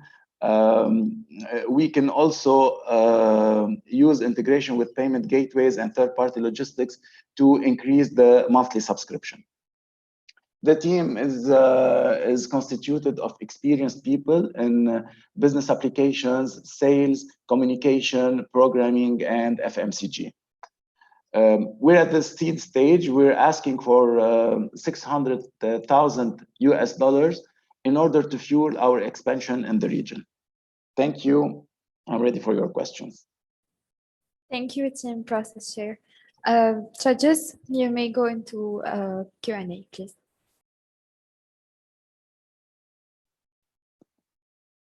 Can you explain a little bit more exactly what is the kind of like what are the the process KPIs you have? What is your impact on efficiency of having a more connected supply chain? We measured based on the case study we've done with Spinners and FDC, we're talking about 50% drop in expenses when it comes to salaries of the people who are forward-facing the business partners. Speed, the lead time of the order used to take the lead time when it comes to information lead time, not the goods shipping lead time. Order preparation used to take 3 to 4 days. Now it takes 1 hour. So these are the KPIs. In terms of service levels, which are the lost opportunities, we're talking about 5 to 7% increase in revenue or drop in lost sales. So there are one more KPI, the discrepancy when it comes to statements. It used to be, I can say any numbers like $50,000 per year. Now it dropped to $4,000 to $5,000 per year. So the end period closing is faster. The discrepancy is much less, and the relationship is frictionless. And you focus a lot on data standardization in order to make it shareable across different platforms. If your suppliers use different CRM, sorry. It's ERP. They use different ERPs. This is our key advantage. We ask no one to do anything at the level of the data or their applications. We started with Spinners in just a couple of days. So we take any native data formats and any native configured processes within their application, and we extend them to their business partners without the need for them to do anything. So we managed to onboard Spinners in just a couple of days. And here we're talking 5 different processes integrated with FDC, ERP to ERP. Interesting. Okay, thanks. Any other question? Sharbil, did you try to fundraise from Spinneys or Transmed, for example? I mean, $600,000 compared to the revenue model that you proposed is maybe a year subscription. So wouldn't they invest in fundraising since they are already clients, or are they paying you right now? Till now we haven't received any payment, but Transmed will start paying. But our model is based on the number of transactions. So now Transmed will start with a very low amount, which is around $300 per month, because it's only Spinners on the platform. Now, once we have more retailers on the platform, the monthly bill of Transmed will drastically increase. But again, the situation in Lebanon is not helping. So this is why the next step with Transmed is that they will go and take the product to Carrefour in UAE. Okay. Sharbil? Yes. Most of the challenges that the SaaS solutions and standalone products that like yours are facing today is accessing the market, since the enterprise level that you are talking about, organizations in the big markets are using ERP. So they are using a unified solution, and they are avoiding integrations and getting new technology. So they are using and satisfied with the ERP that they have, connecting the accounting system with the stock and with the supply chain, and the traceability of the products. Did you do this exercise about the market access and the enterprise level, since you are talking about the enterprise, not an SME level? Maybe the SME might be your early adopters at this level, so you can access them since they don't have maybe ERP solutions. None of the customers we are targeting are SMEs. These players we already are working with have Oracle, Microsoft, and JD Edwards as ERP systems. We do not compete with ERP systems, and we don't have direct competitors in the region. We operate in the B2B space. We connect one ERP from one side to one or multiple ERPs from the other side. So the internal aspect of the process within these organizations is managed within the ERP system, but the external aspect of the process and supply chain partners 80% of their process is outside their organization. So this 80% a part of the external process, this is what's configured within Process Share. So if they're like this, they will have an end-to-end connected process from the first ERP of the client or the supplier to the next ERP, irrespective of what the ERP is, irrespective of their data formats.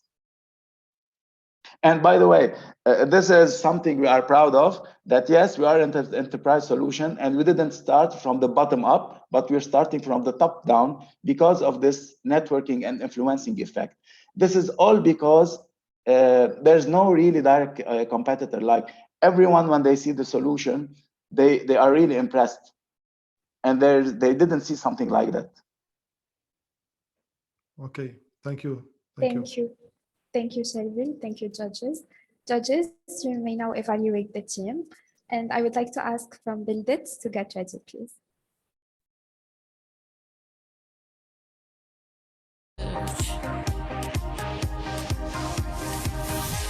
I'm bulletproof, nothing to lose. Far away. Ricochet, you take your aim. Far away.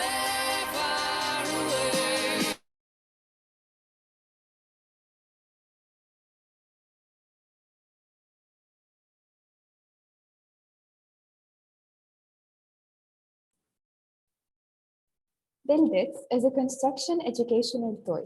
It replicates the reconstruction process on a small scale. The user would build wooden formworks, mix and pour the cement, build brick walls, and paint the house. Team, you may now begin.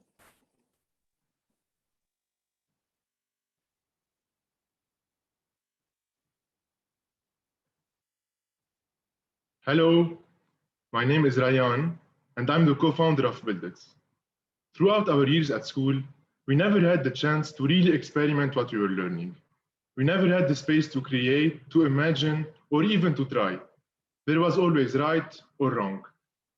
This dropped the retention of information to only 5%, while it can go up to 85% if we add experimentation to the theory. And this is why we created a kit where kids can apply the theories learned in class through a hands-on educational experience. We created Buildit.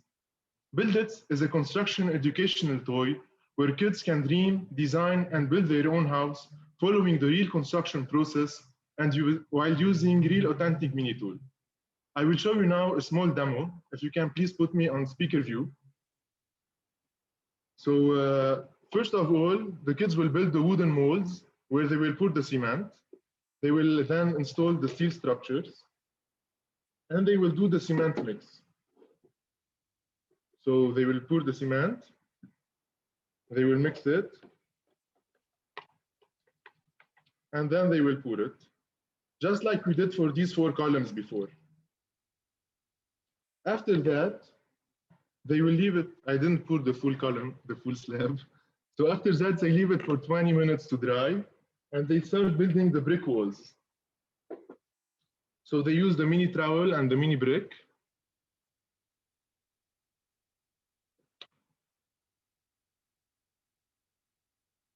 And at the end, they'll be able to paint their house any way they want. And voila. So UNICEF helped us develop a curriculum so that kids can experiment what they learn in mathematics, chemistry, and physics through our kit. The curriculum also focuses on 21st century skills such as problem-solving skills, divergent thinking, creativity, and psychomotoric skills. So our business model runs through 3 main channels: the toy stores, the online stores, and our biggest revenue stream, the educational institutions. We developed an online training for instructors so that every school around the world can have Buildit certified instructors and deliver the Buildit curriculums. Our users are kids from 6+, and the paying customers are the parents and the educational institutions. The toy industry is huge, $90 billion. The construction toys are 18 billion, and the markets that we are currently targeting are 6 billion. Another huge market that we target is the smart education, and it's 190 billion. Buildit is unique in its concept and features. We may consider the other construction toys as competitor, but we really stand out as being the only toy that uses a simulation of cement to build the columns and slabs, and we are the closest to real life in the field of construction. Because of its uniqueness, we won several international awards, like the Arab Harvard Startup Competition, the Mom's Choice Award in the US. We ranked third in the Creative Business Cup in Denmark. We have the EN71 safety test, so we are CE certified, and we have the STEM authentication from the US. After starting from a small garage in 2017, we scaled to reach 3,000 registered students in 80 schools. Every student took around 20 sessions, and we sold also 8,000 kits in 5 different countries. We just raised a 400,000 investment to scale to mass production and be able to supply for all the demand. This year, we've been focusing on scaling to the UAE. We already have these with 50 schools, and we will be starting in October. And for Christmas, we'll be distributing with many big distributors in the US, Australia, Romania, the UAE, Qatar, and KSA. Our team is formed of 3 people in management, 5 production operators, since the manufacturing is in-house, and 50 part-time instructors. We've been recently joined by 2 former Booz Allen consultants. They are actually our investors, but they're enrolled with us on a full-time basis to scale to the UAE and KSA. Our vision is to be able to create a kit for every field of study, like commerce, firefighting, literature, so that kids can experiment every theory they learn in class through a hands-on educational experience. Thank you. Thank you, Team Buildits, and best of luck. Judges, it's now time for Q&A.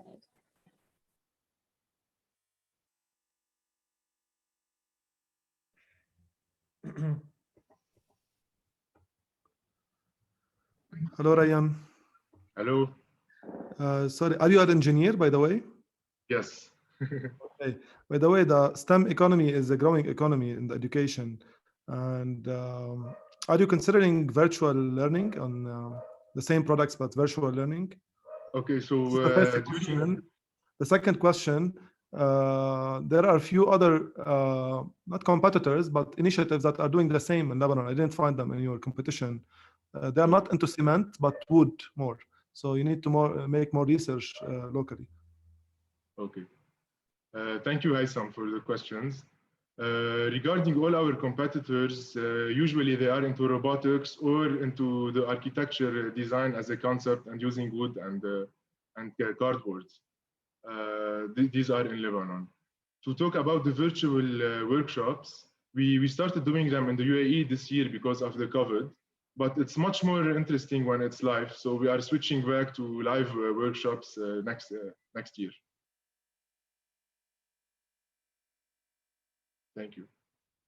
Because online we have to send kits and then operate online with the instructor, so it's a bit complicated logistically.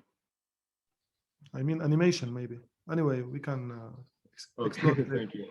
Thank you. Thank you, Aisam.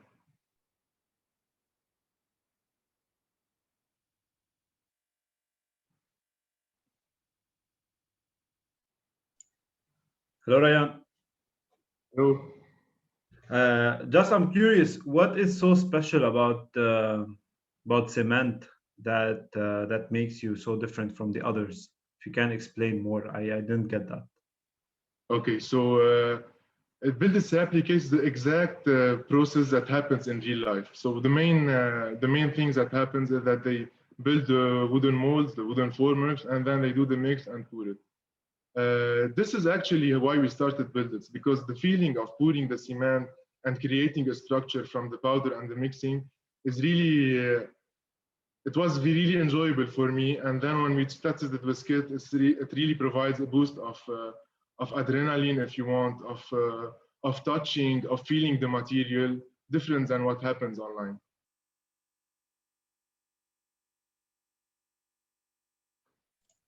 Okay, thank you.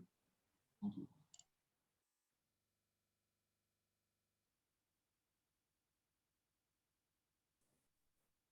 Judges, are there any more questions? Hi, Ryan. Since we still have time, just a quick question. The product is nice and ready. The branding is great. I think it's just a matter of market penetration at this point for you guys. This is what you're focusing on. Just correct me if I'm wrong. And you have the the two new partners who are joining for this? And is KSA the most interesting market for you right now? No, yes, the goal is to penetrate the KSA, but we are testing it right now in the UAE. And usually what happens that we show to the KSA that we did it in the UAE, and the true market is the KSA. So we are starting with the UAE. Mm-hmm. Cool, thanks. Thank you. Okay, I'm assuming there are no more questions. Judges, you have a minute to evaluate. And we will be heading with our last team for today, the V House. Please be ready, guys.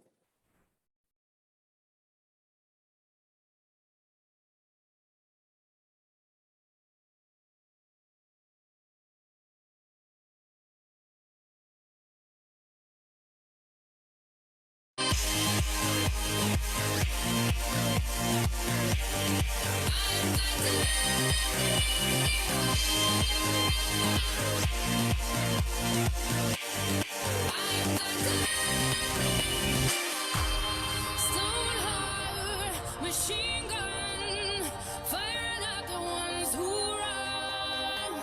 Stone heart, those bulletproof glass. Shoot me down, but I won't fall. I am titanium. Shoot me down, but I won't fall. I am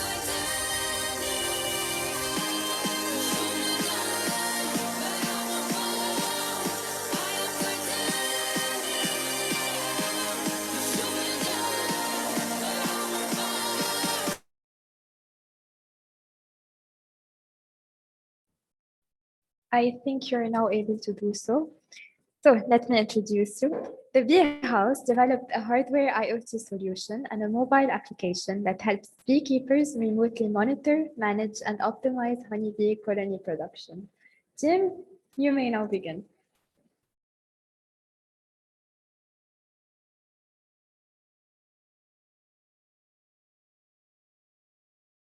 Yeah.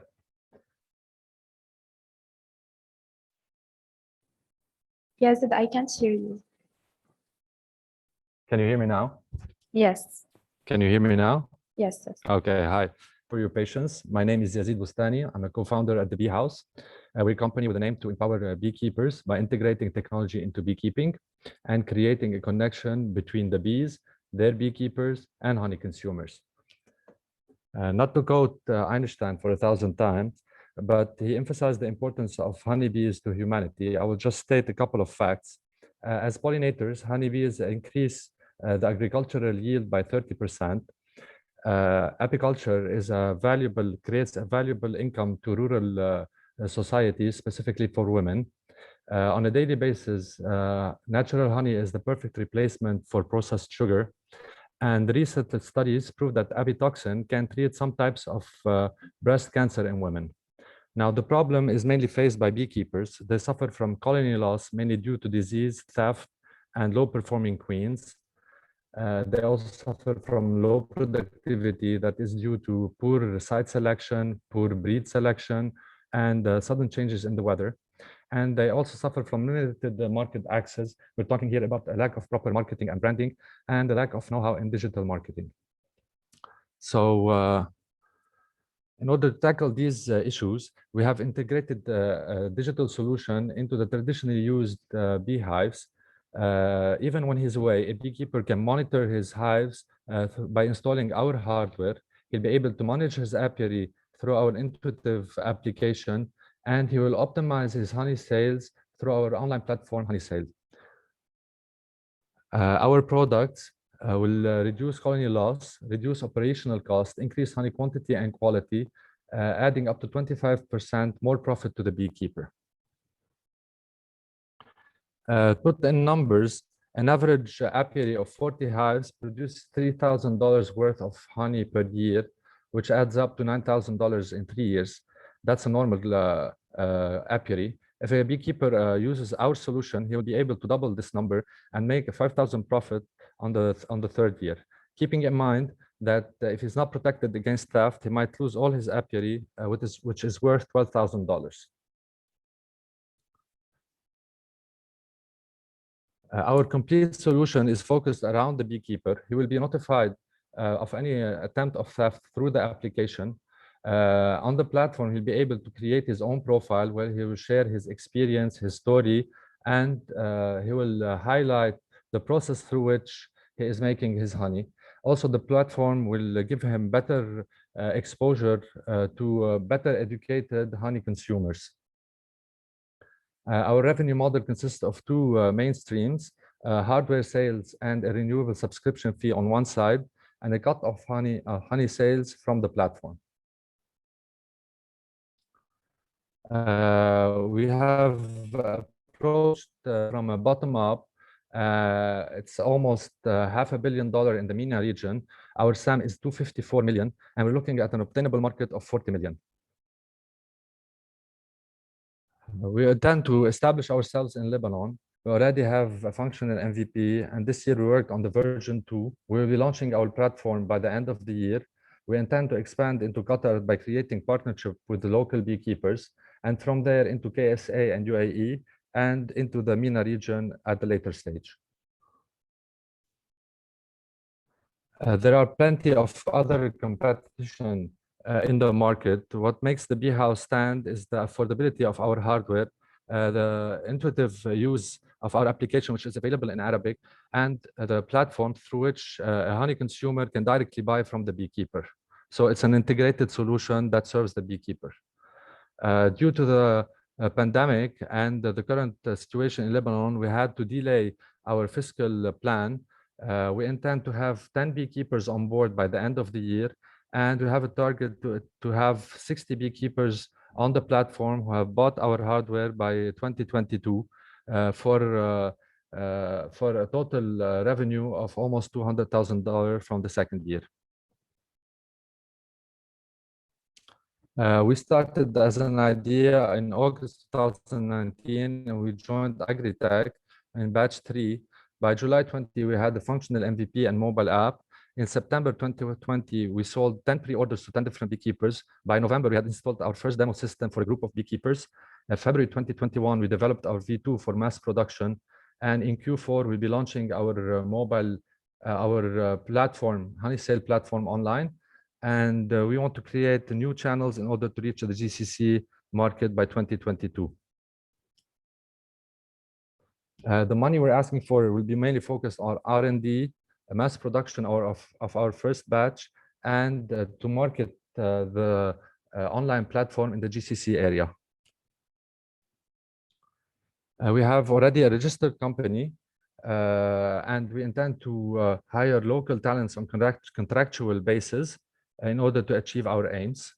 We ask you to be part of the solution for the bees, for beekeepers, and for a healthy life. Thank you, and I'm ready for questions. Thank you. Now it's time for questions.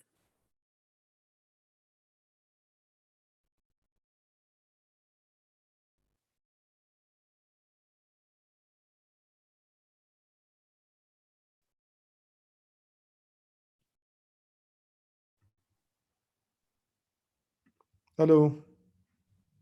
Hi Sam. كيفك يزيد؟ ماشي الحال.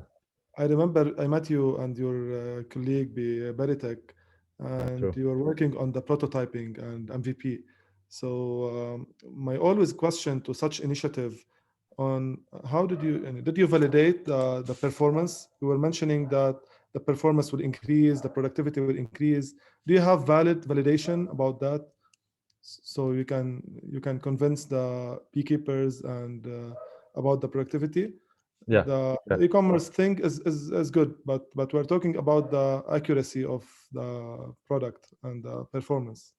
Yeah, as I mentioned, we had installed a demo system in November in the south with a group of beekeepers, and we had positive feedback from them. Due to theft that happened last year, we were approached by beekeepers in order to buy our system. Unfortunately, we didn't have mass production to supply to the need of the market. And currently the V2 is installed on an apiary, small apiary that we have monitored with our consultants, and we're getting really positive readings and positive feedback from our consultants who are professional beekeepers.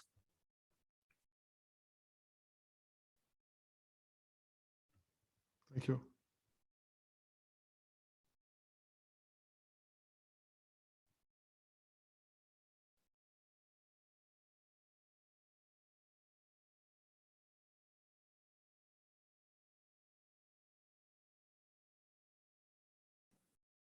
Judges, are there any questions left?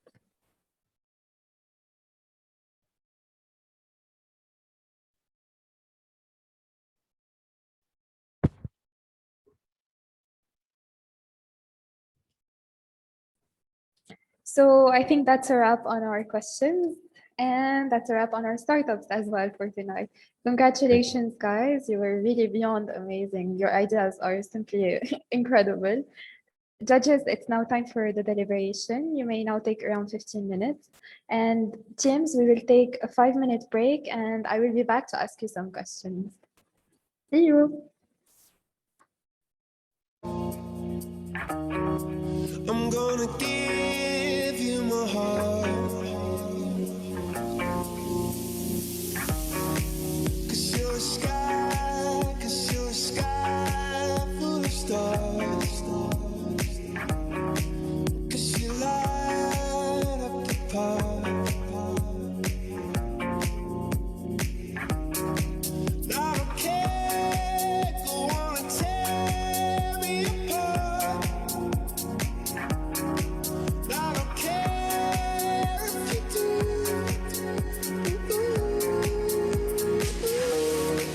'Cause in the sky, 'cause in the sky full of stars, I think I saw you.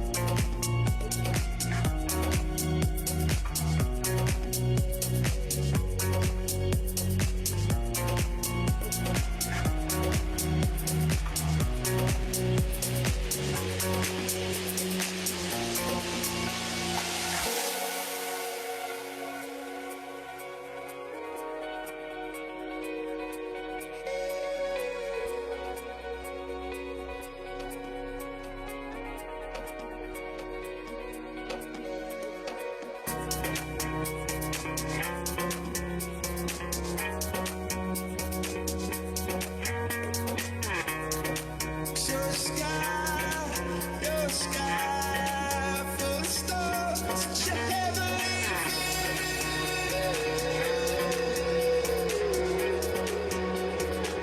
It's such a heavenly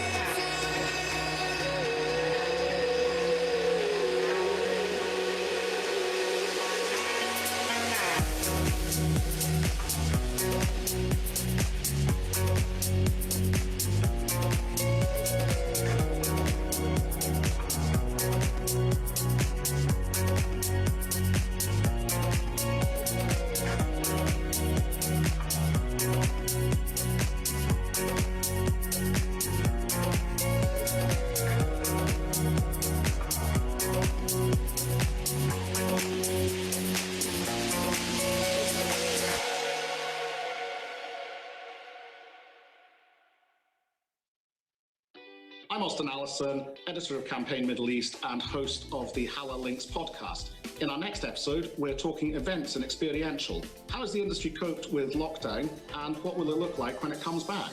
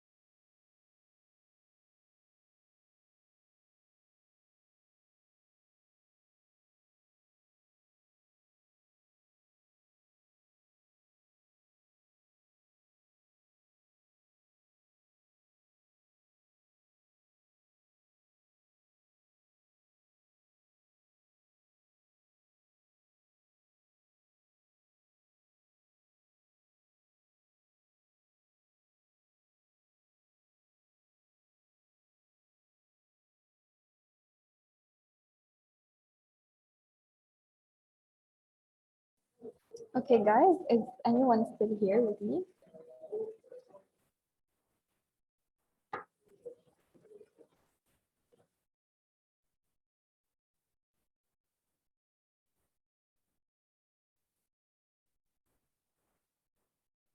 Yes, Melissa, I want the team for you to answer. Because I'm going to be discussing like, some questions with you while waiting for the judges to finish. They're going to be formal, informal, it's totally fine. So I'm going to ask you, for example, what's the biggest failure that you guys went through? And I think sometimes these answers are really funny. So I'd like to know from some of you.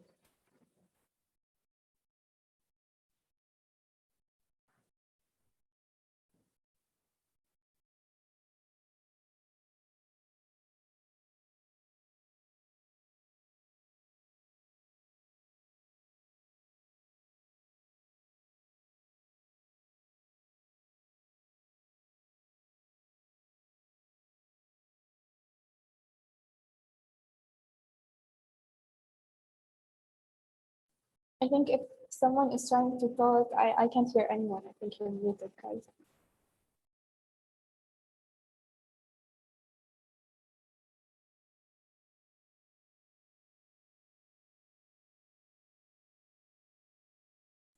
Okay, I'm gonna ask another question.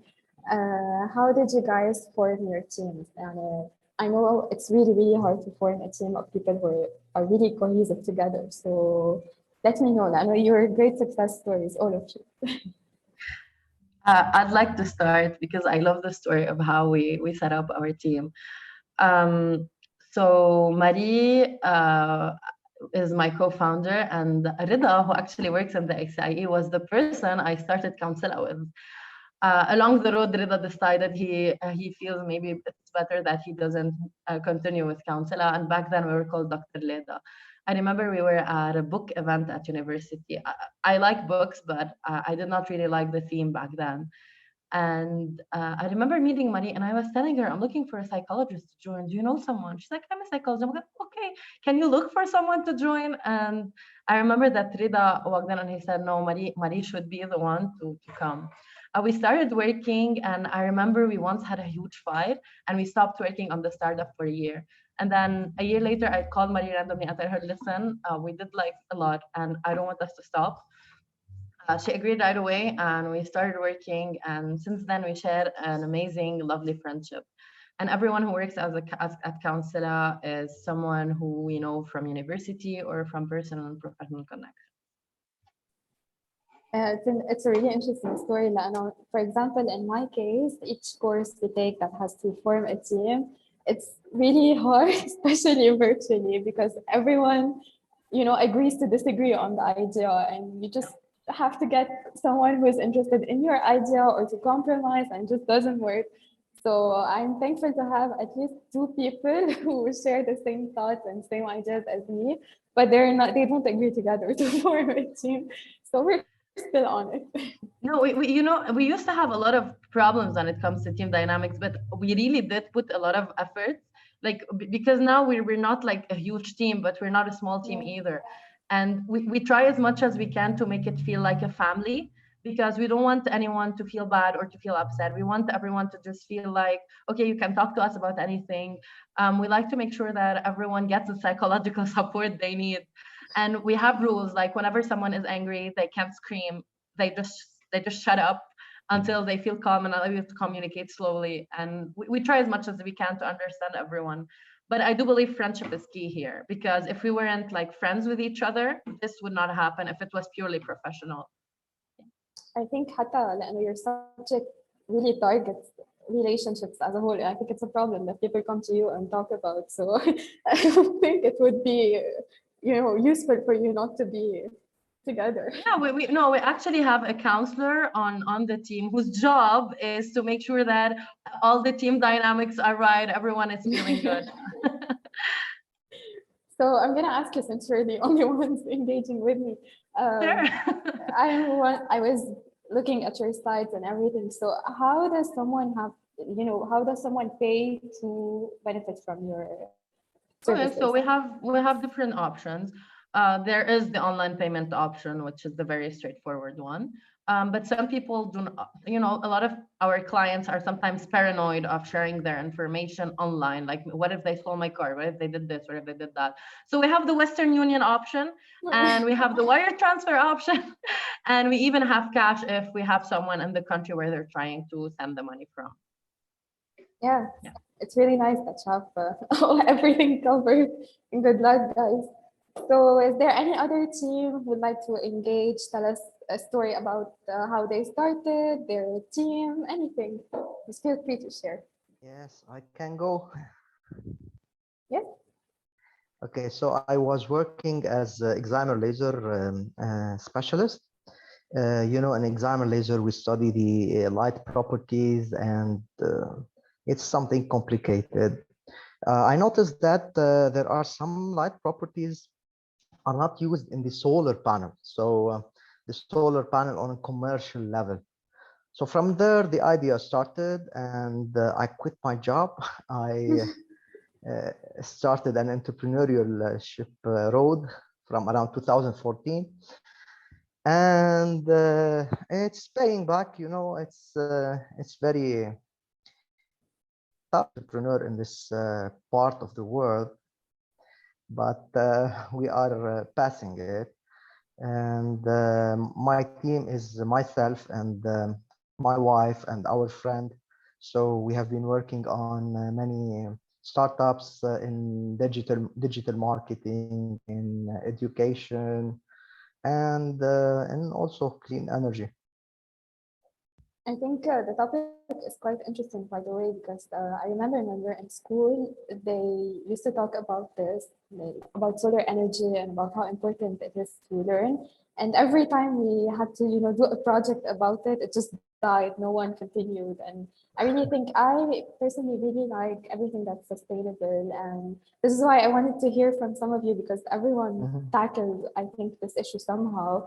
And I think we need more awareness about these issues. For example, I tried working on fabric waste and recycling clothing and this, but it wasn't really responsive because people still think that I want to buy new, I don't want to buy recycled clothing, or I don't want to use renewable energy, it's more expensive, or it's more, not affordable or not available. So I think all of you guys have been doing amazing jobs. Yeah, thank you. Thank you for your support.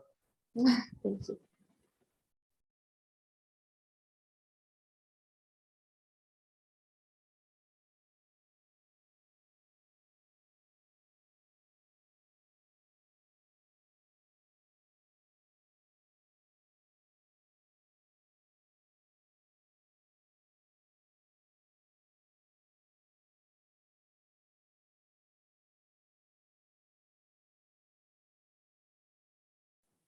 So I think right now is a very stressful time for you guys. It's stressful for me. I really want to know who's the winner, but I was, talking with the team here, and we were saying how hard it is to really choose someone between you. So I'm gonna give you guys some moments to relax, and I'll be back and let you know when the judges will be back.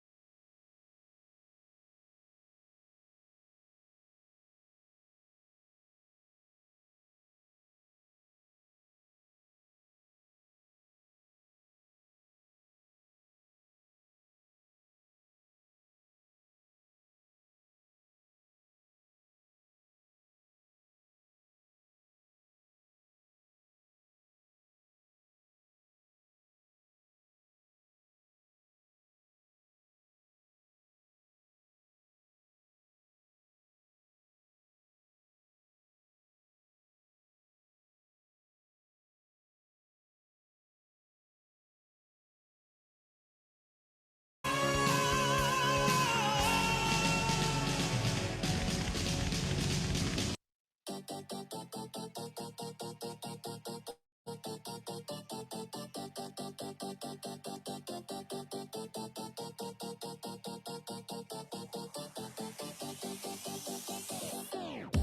stand here waiting for you to bang the gong, to crash the critics saying, is it right or is it wrong? If only fame hidden I'd be, baby, could I bear being away from you? I firmly put it in here. I live for the applause, applause, applause. I live for the applause, applause, live for the applause, applause, live for the way that you cheer and scream for me. The applause, applause, applause. Give me the feeling of love. Turn the lights on.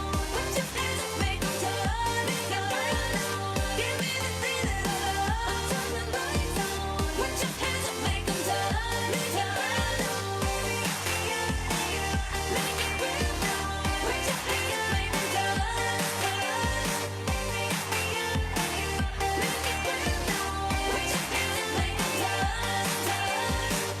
I've overheard your theory, nostalgia is for geeks. I guess, sir, if you say so, some of us just like to read. 1 second I'm a Kunz, then suddenly the Kunz is me. Pop culture was in art, now art and pop culture in me. I live for the applause, applause, applause. I live for the applause, applause, live for the applause, applause, live for the way that you cheer and scream for me. The applause, applause, applause. Give me the feeling of love. Turn the lights on. Put your hands up, make 'em turn it on. Give me the feeling of love. Turn the lights on. Put your hands up, make 'em turn it on. Make it real now. Put your hands up, make 'em turn it on. Make it real now. Put your hands up, make 'em turn it on.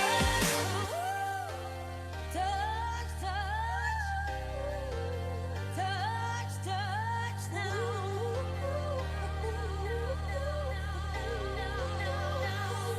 I live for the applause, applause, applause. I live for the applause, applause, live for the applause, applause, live for the way that you cheer and scream for me. The applause, applause, applause. Give me the feeling of love. Put your hands up, make 'em turn it on. Give me the feeling of love. Put your hands up, make 'em turn it on. Make it real now. Put your hands up, make 'em turn. Make it real now. Make it real now. Put your hands up, make 'em turn.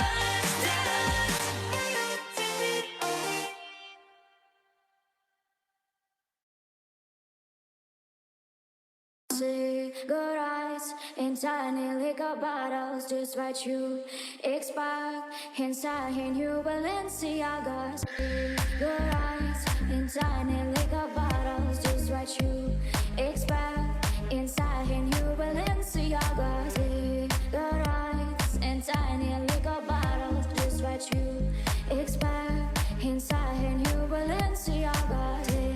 Cigarettes in tiny liquor bottles, just what you expect. Inside a new Balenciaga. Cigarettes in tiny liquor bottles, just what you expect. Inside a new Balenciaga.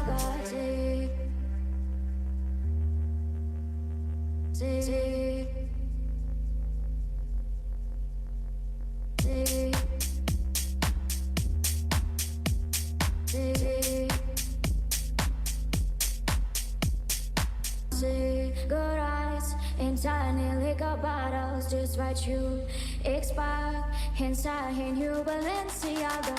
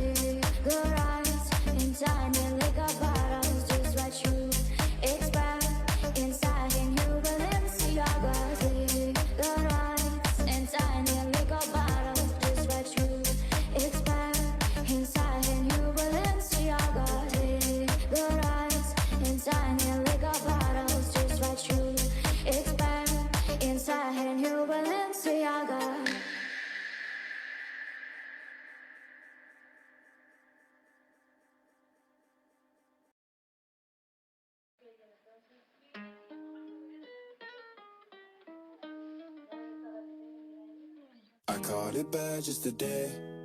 You hit me with a call to your place. Ain't been out in a while anyway. Was hoping I could catch you throwing smiles in my face. Romantic talking, you don't even have to try. You're cute enough to fuck with me tonight. Looking at the table, all I see is bleeding white. Baby, you living the life, but nigga, you ain't living right. Cocaine and drinking with your friends. You live in the dark, boy, I cannot pretend. I'm not faced, only you to sin. If you've been in your garden, you know that you can. Call me when you want, call me when you need. Call me in the morning, I'll be on the way. Call me when you want, call me when you need. Call me out by your name, I'll be on the way. Like,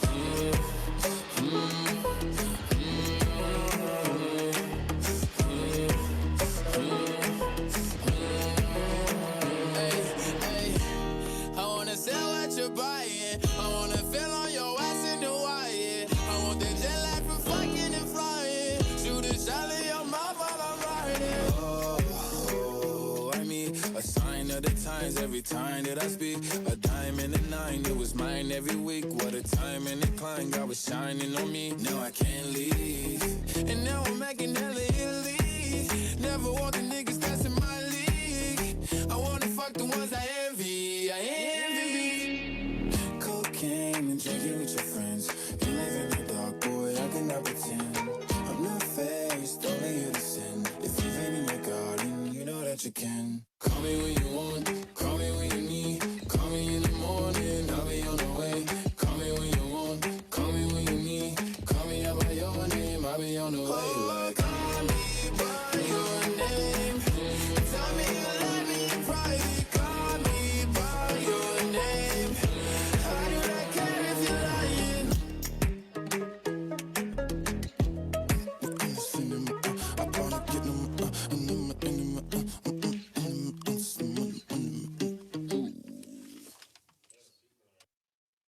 Get Anghami Plus for free from the comfort of your desktop.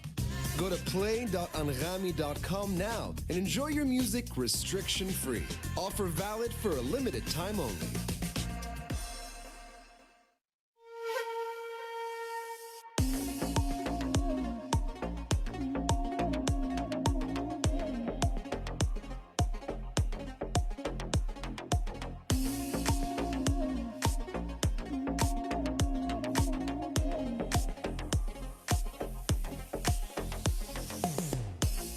يا سلام سيبنا الوقت يعدي أوام ما حسبناش اللحظة الجاية ده اسمه كلام عشنا العمر نربي حمام بس نسينا نقوم غير وما يهمكش عادي اسمع مني السعادي مش وقت عتاب أقوله يا ليلة ونرجع تاني وبدل ما تكون وحداني تسندني معاك ونقول فاضي شوية نشرب قهوة في حتة بعيدة عزمني على نكتة جديدة وخلي حساب الضحك عليا فاضي شوية نشرب قهوة في حتة بعيدة عزمني على نكتة جديدة وخلي حساب الضحك عليا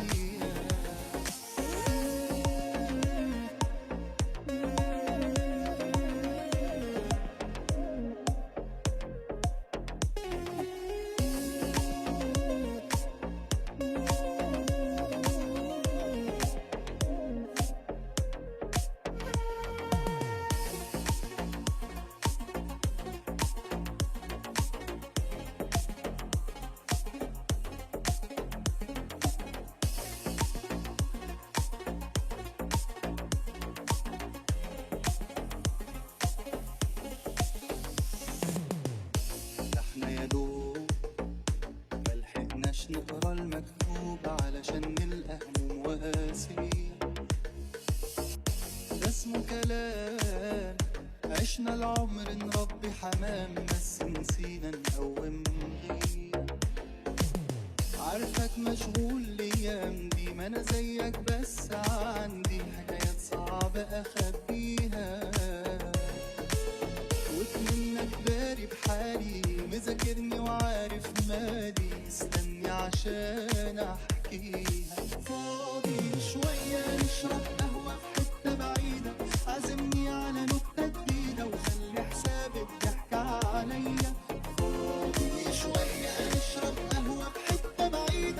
عزمني على نكتة جديدة وخلي حساب الضحك عليا.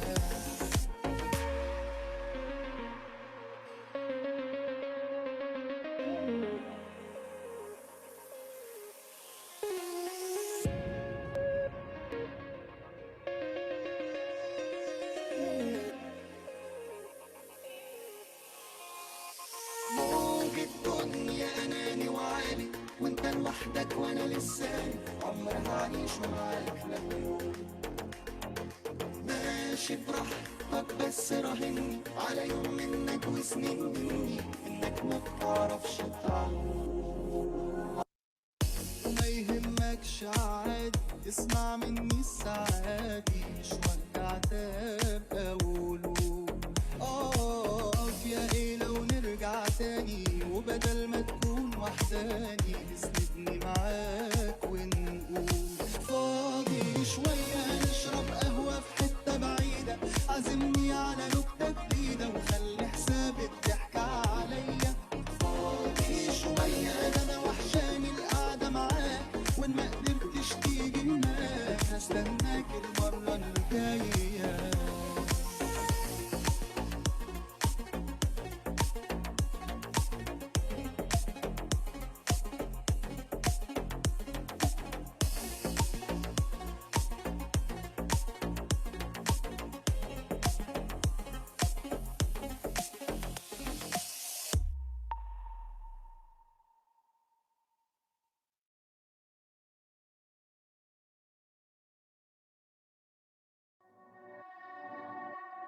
Climbing up this mountain, climbing up twice, hoping that I make it this time, but I'm so done with hoping. Cause hoping leads to failing, leads to falling down this mountain, falling down again. Boom, boom, heartbeat still beating, in the end I'm choking. But that's just what they wanted, so I get up off the ground and I shake it out. Ra-ra-ra, come look at me now, look at me now. I'm not here to talk, I'm not here to talk. I'm just here to walk the walk. I'm gonna make it up this mountain, make it to the top. Show them what I made up, show them what I've got. I will, I will, I will, I will, I will, I will. So mark my words before you swallow yours. I'm gonna make it up this mountain, make it to the top. Show them what I made up, show them what I've got. I will, I will, I will, I will, I will, I will. So mark my words before you swallow yours, just like a pill. Started as a question, ended as a fact. When I found out I'm the only one that has my back, I'm drowning. Cause they fill my lungs with venom and the sharks are coming out. And the hungry now, ra-da-da, sharks are coming out. I put them back. I'm gonna make it up this mountain, make it to the top. Show them what I made up, show them what I've got. I will, I will, I will, I will, I will, I will. So mark my words before you swallow yours. I'm gonna make it up this mountain, make it to the top. Show them what I made up, show them what I got. I will, I will, I will, I will, I will, I will. So mark my words before you swallow yours, just like a pill. Before you swallow yours, just like a pill. Before you swallow yours, just like a pill. I will, I will, I. So mark my words before you swallow yours.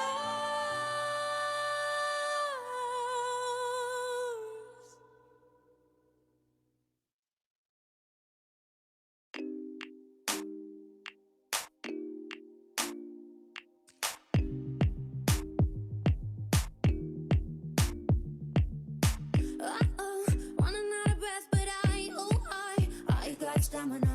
Uh-oh, running out, I close my eyes, but oh, I got stamina. And uh-oh, I see another mountain to climb, but I got stamina. Uh-oh, I need another lover in mine, 'cause I got stamina. Don't give up, I won't give up. Don't give up, no, no, no. Don't give up, I won't give up. Don't give up, no, no, no. I'm free to be the greatest I'm alive. I'm free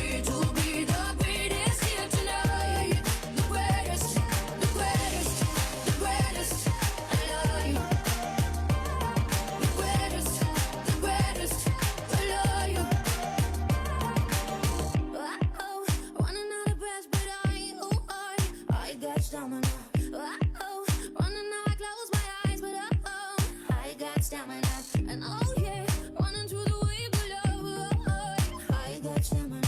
And oh yeah, I'm running and I'm just enough. And oh, I got stamina. Don't give up, I won't give up. Don't give up, no, no, no. Don't give up, I won't give up. Don't give up, no, no, no. I'm free to be the greatest I'm alive. I'm free to be the greatest here tonight. The greatest, the greatest, the greatest alive. The greatest, the greatest alive. Oh, oh, I ain't got stamina. Oh, oh, I ain't got stamina. Oh, oh, I got stamina. Oh, oh, I got stamina. Hey, I am the truth. Hey, I am the wisdom of the fallen. I'm the youth. Hey, I am the greatest. Hey, this is the proof. Hey, I work hard, pray hard, pay dues. Hey, I transform with pressure. I'm hands on with effort. I failed twice before. My bounce back was special. Let downs will get you, and the critics will test you. But the strongest survive. Another scar may bless you. I Don't give up, no, no. won't give up. No, no. Don't give up, no, no, no. Nah. Don't give up, I won't give up. Don't give up, no, no, no. I'm free to be the greatest I'm alive. I'm free to be the greatest here tonight. The greatest, the greatest, the greatest alive. The greatest, the greatest alive.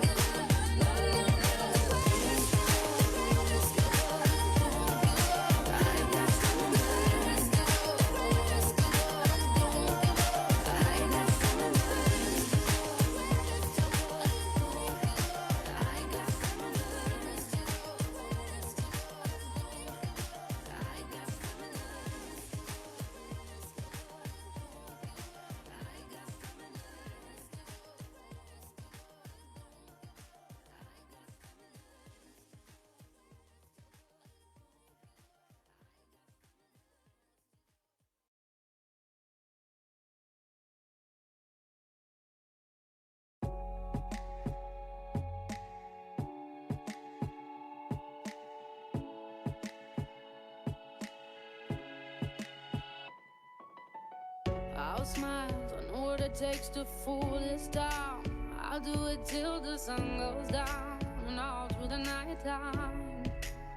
Oh yeah, I'll tell you what you wanna hear. Keep my sunglasses on while I shed a tear.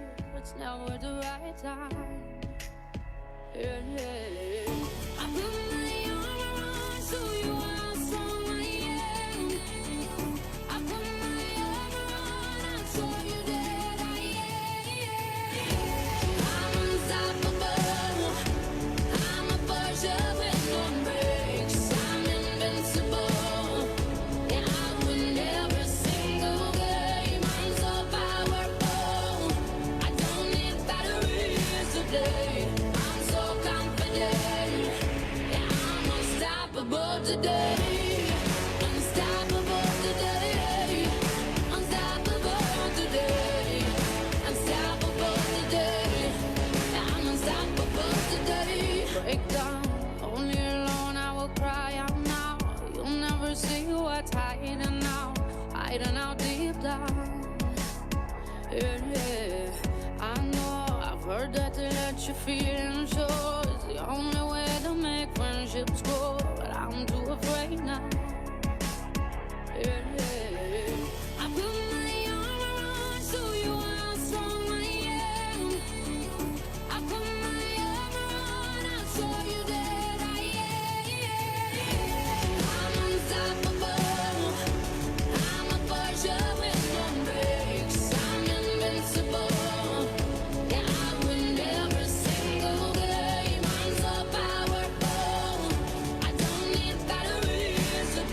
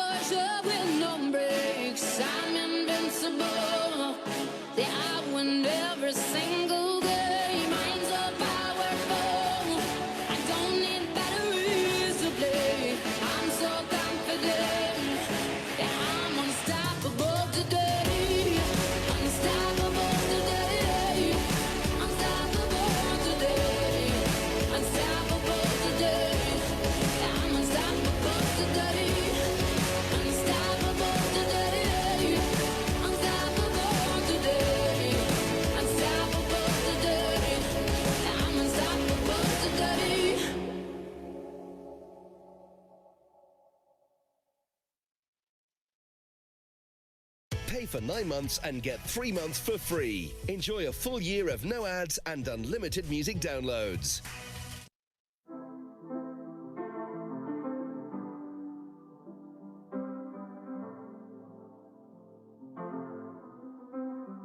I got my peaches out in Georgia. Oh yeah, shit. I get my weed from California.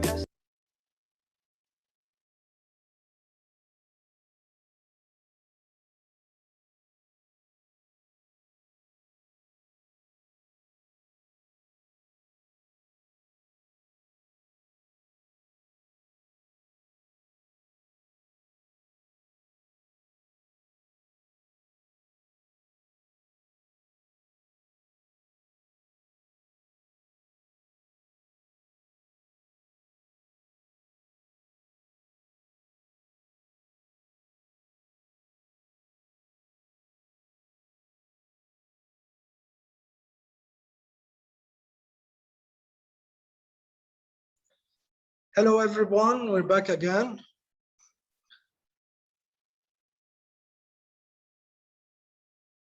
Hello. Hello, hello. Can you all open your cameras? We'd love to see your reactions.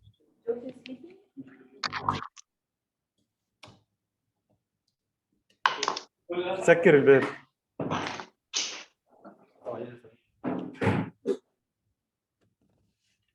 I need to see more cameras.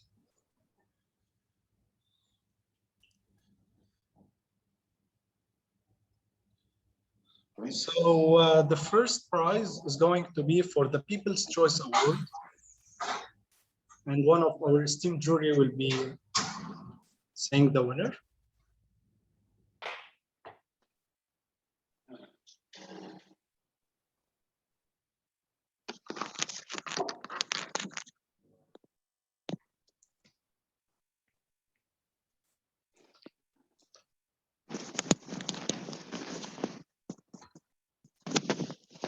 Mr. Ralph, are you with us in the poll?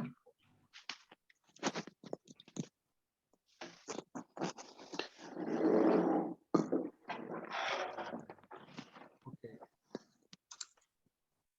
Ralph is not in the poll, so maybe Mr. Haitham, can you tell us who is the People's Choice Award?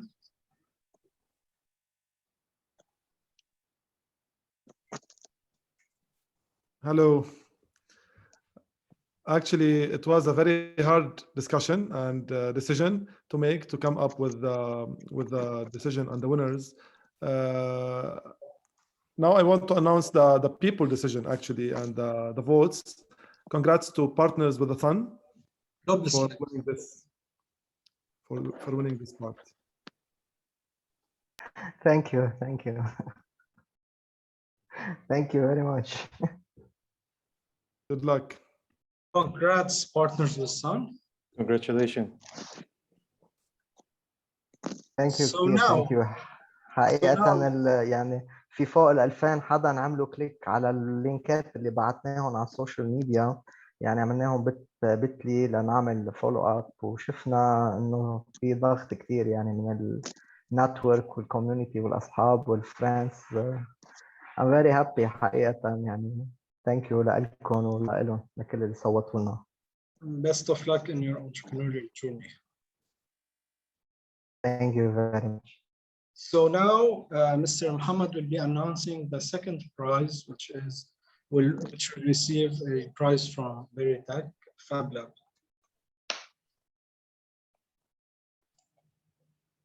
Hello, everyone. So again, it was a pleasure to see all of the pitches. All of them were really, really impressive.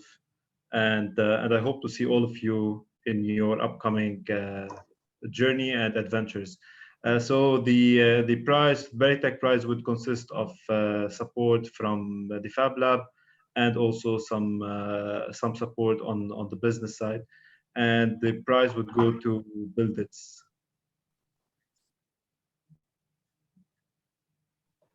Thank you very much. Thanks a lot. Congratulations, Buildits. Congrats, guys. We look forward to working with you. Thank you very much, especially with the Fab Lab. It's ideal for us. Awesome. So now for the final prize, the team to Saudi Arabia.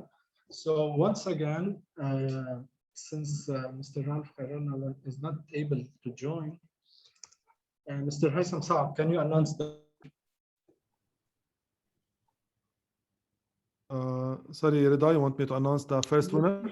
Yes, because okay, without any introductions. Dr. Ralph was able to join. So, all right, very good. Sorry. Mr. Ralph?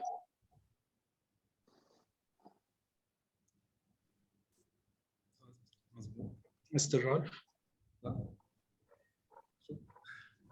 Ralph, you are muted. Hi, everyone. Sorry, I just joined, so I don't know what I missed.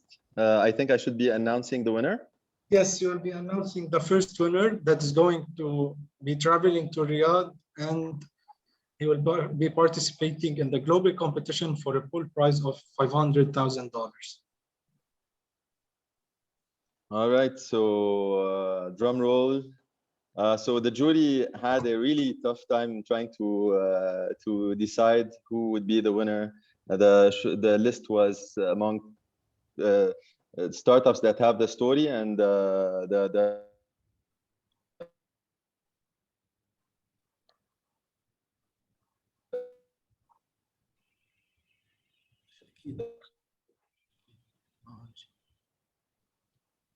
Are we losing the voice of Ralph?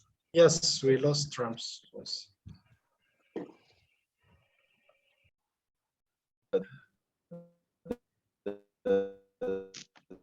Ralph, إذا سمعنا, we're losing your voice.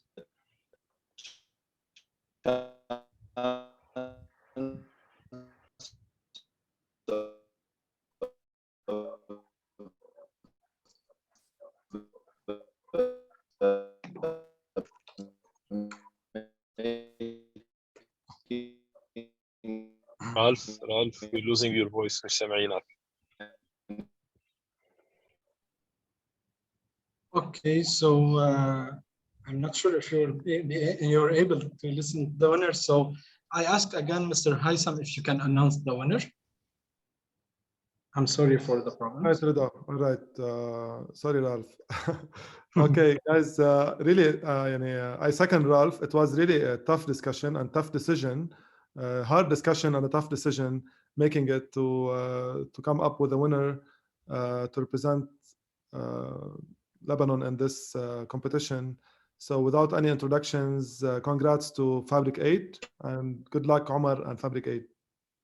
شكرا كثير كثير كثير ان شاء الله بنجيب على لبنان يا رب. Thank you. Good luck. Thank you. Well deserved. Thank you, Omar. We will be congrats contacting you Omar. soon. مبروك.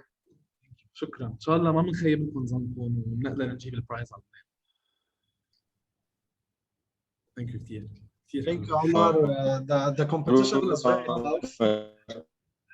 And as you guys know, the deliberation should have took 15 minutes, but it took so much more because Mr.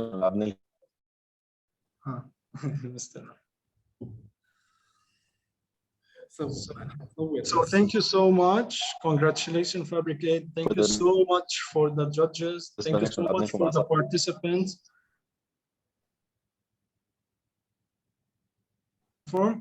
Fabricate, we see you in Riyadh, and we hope you bring the World Cup home.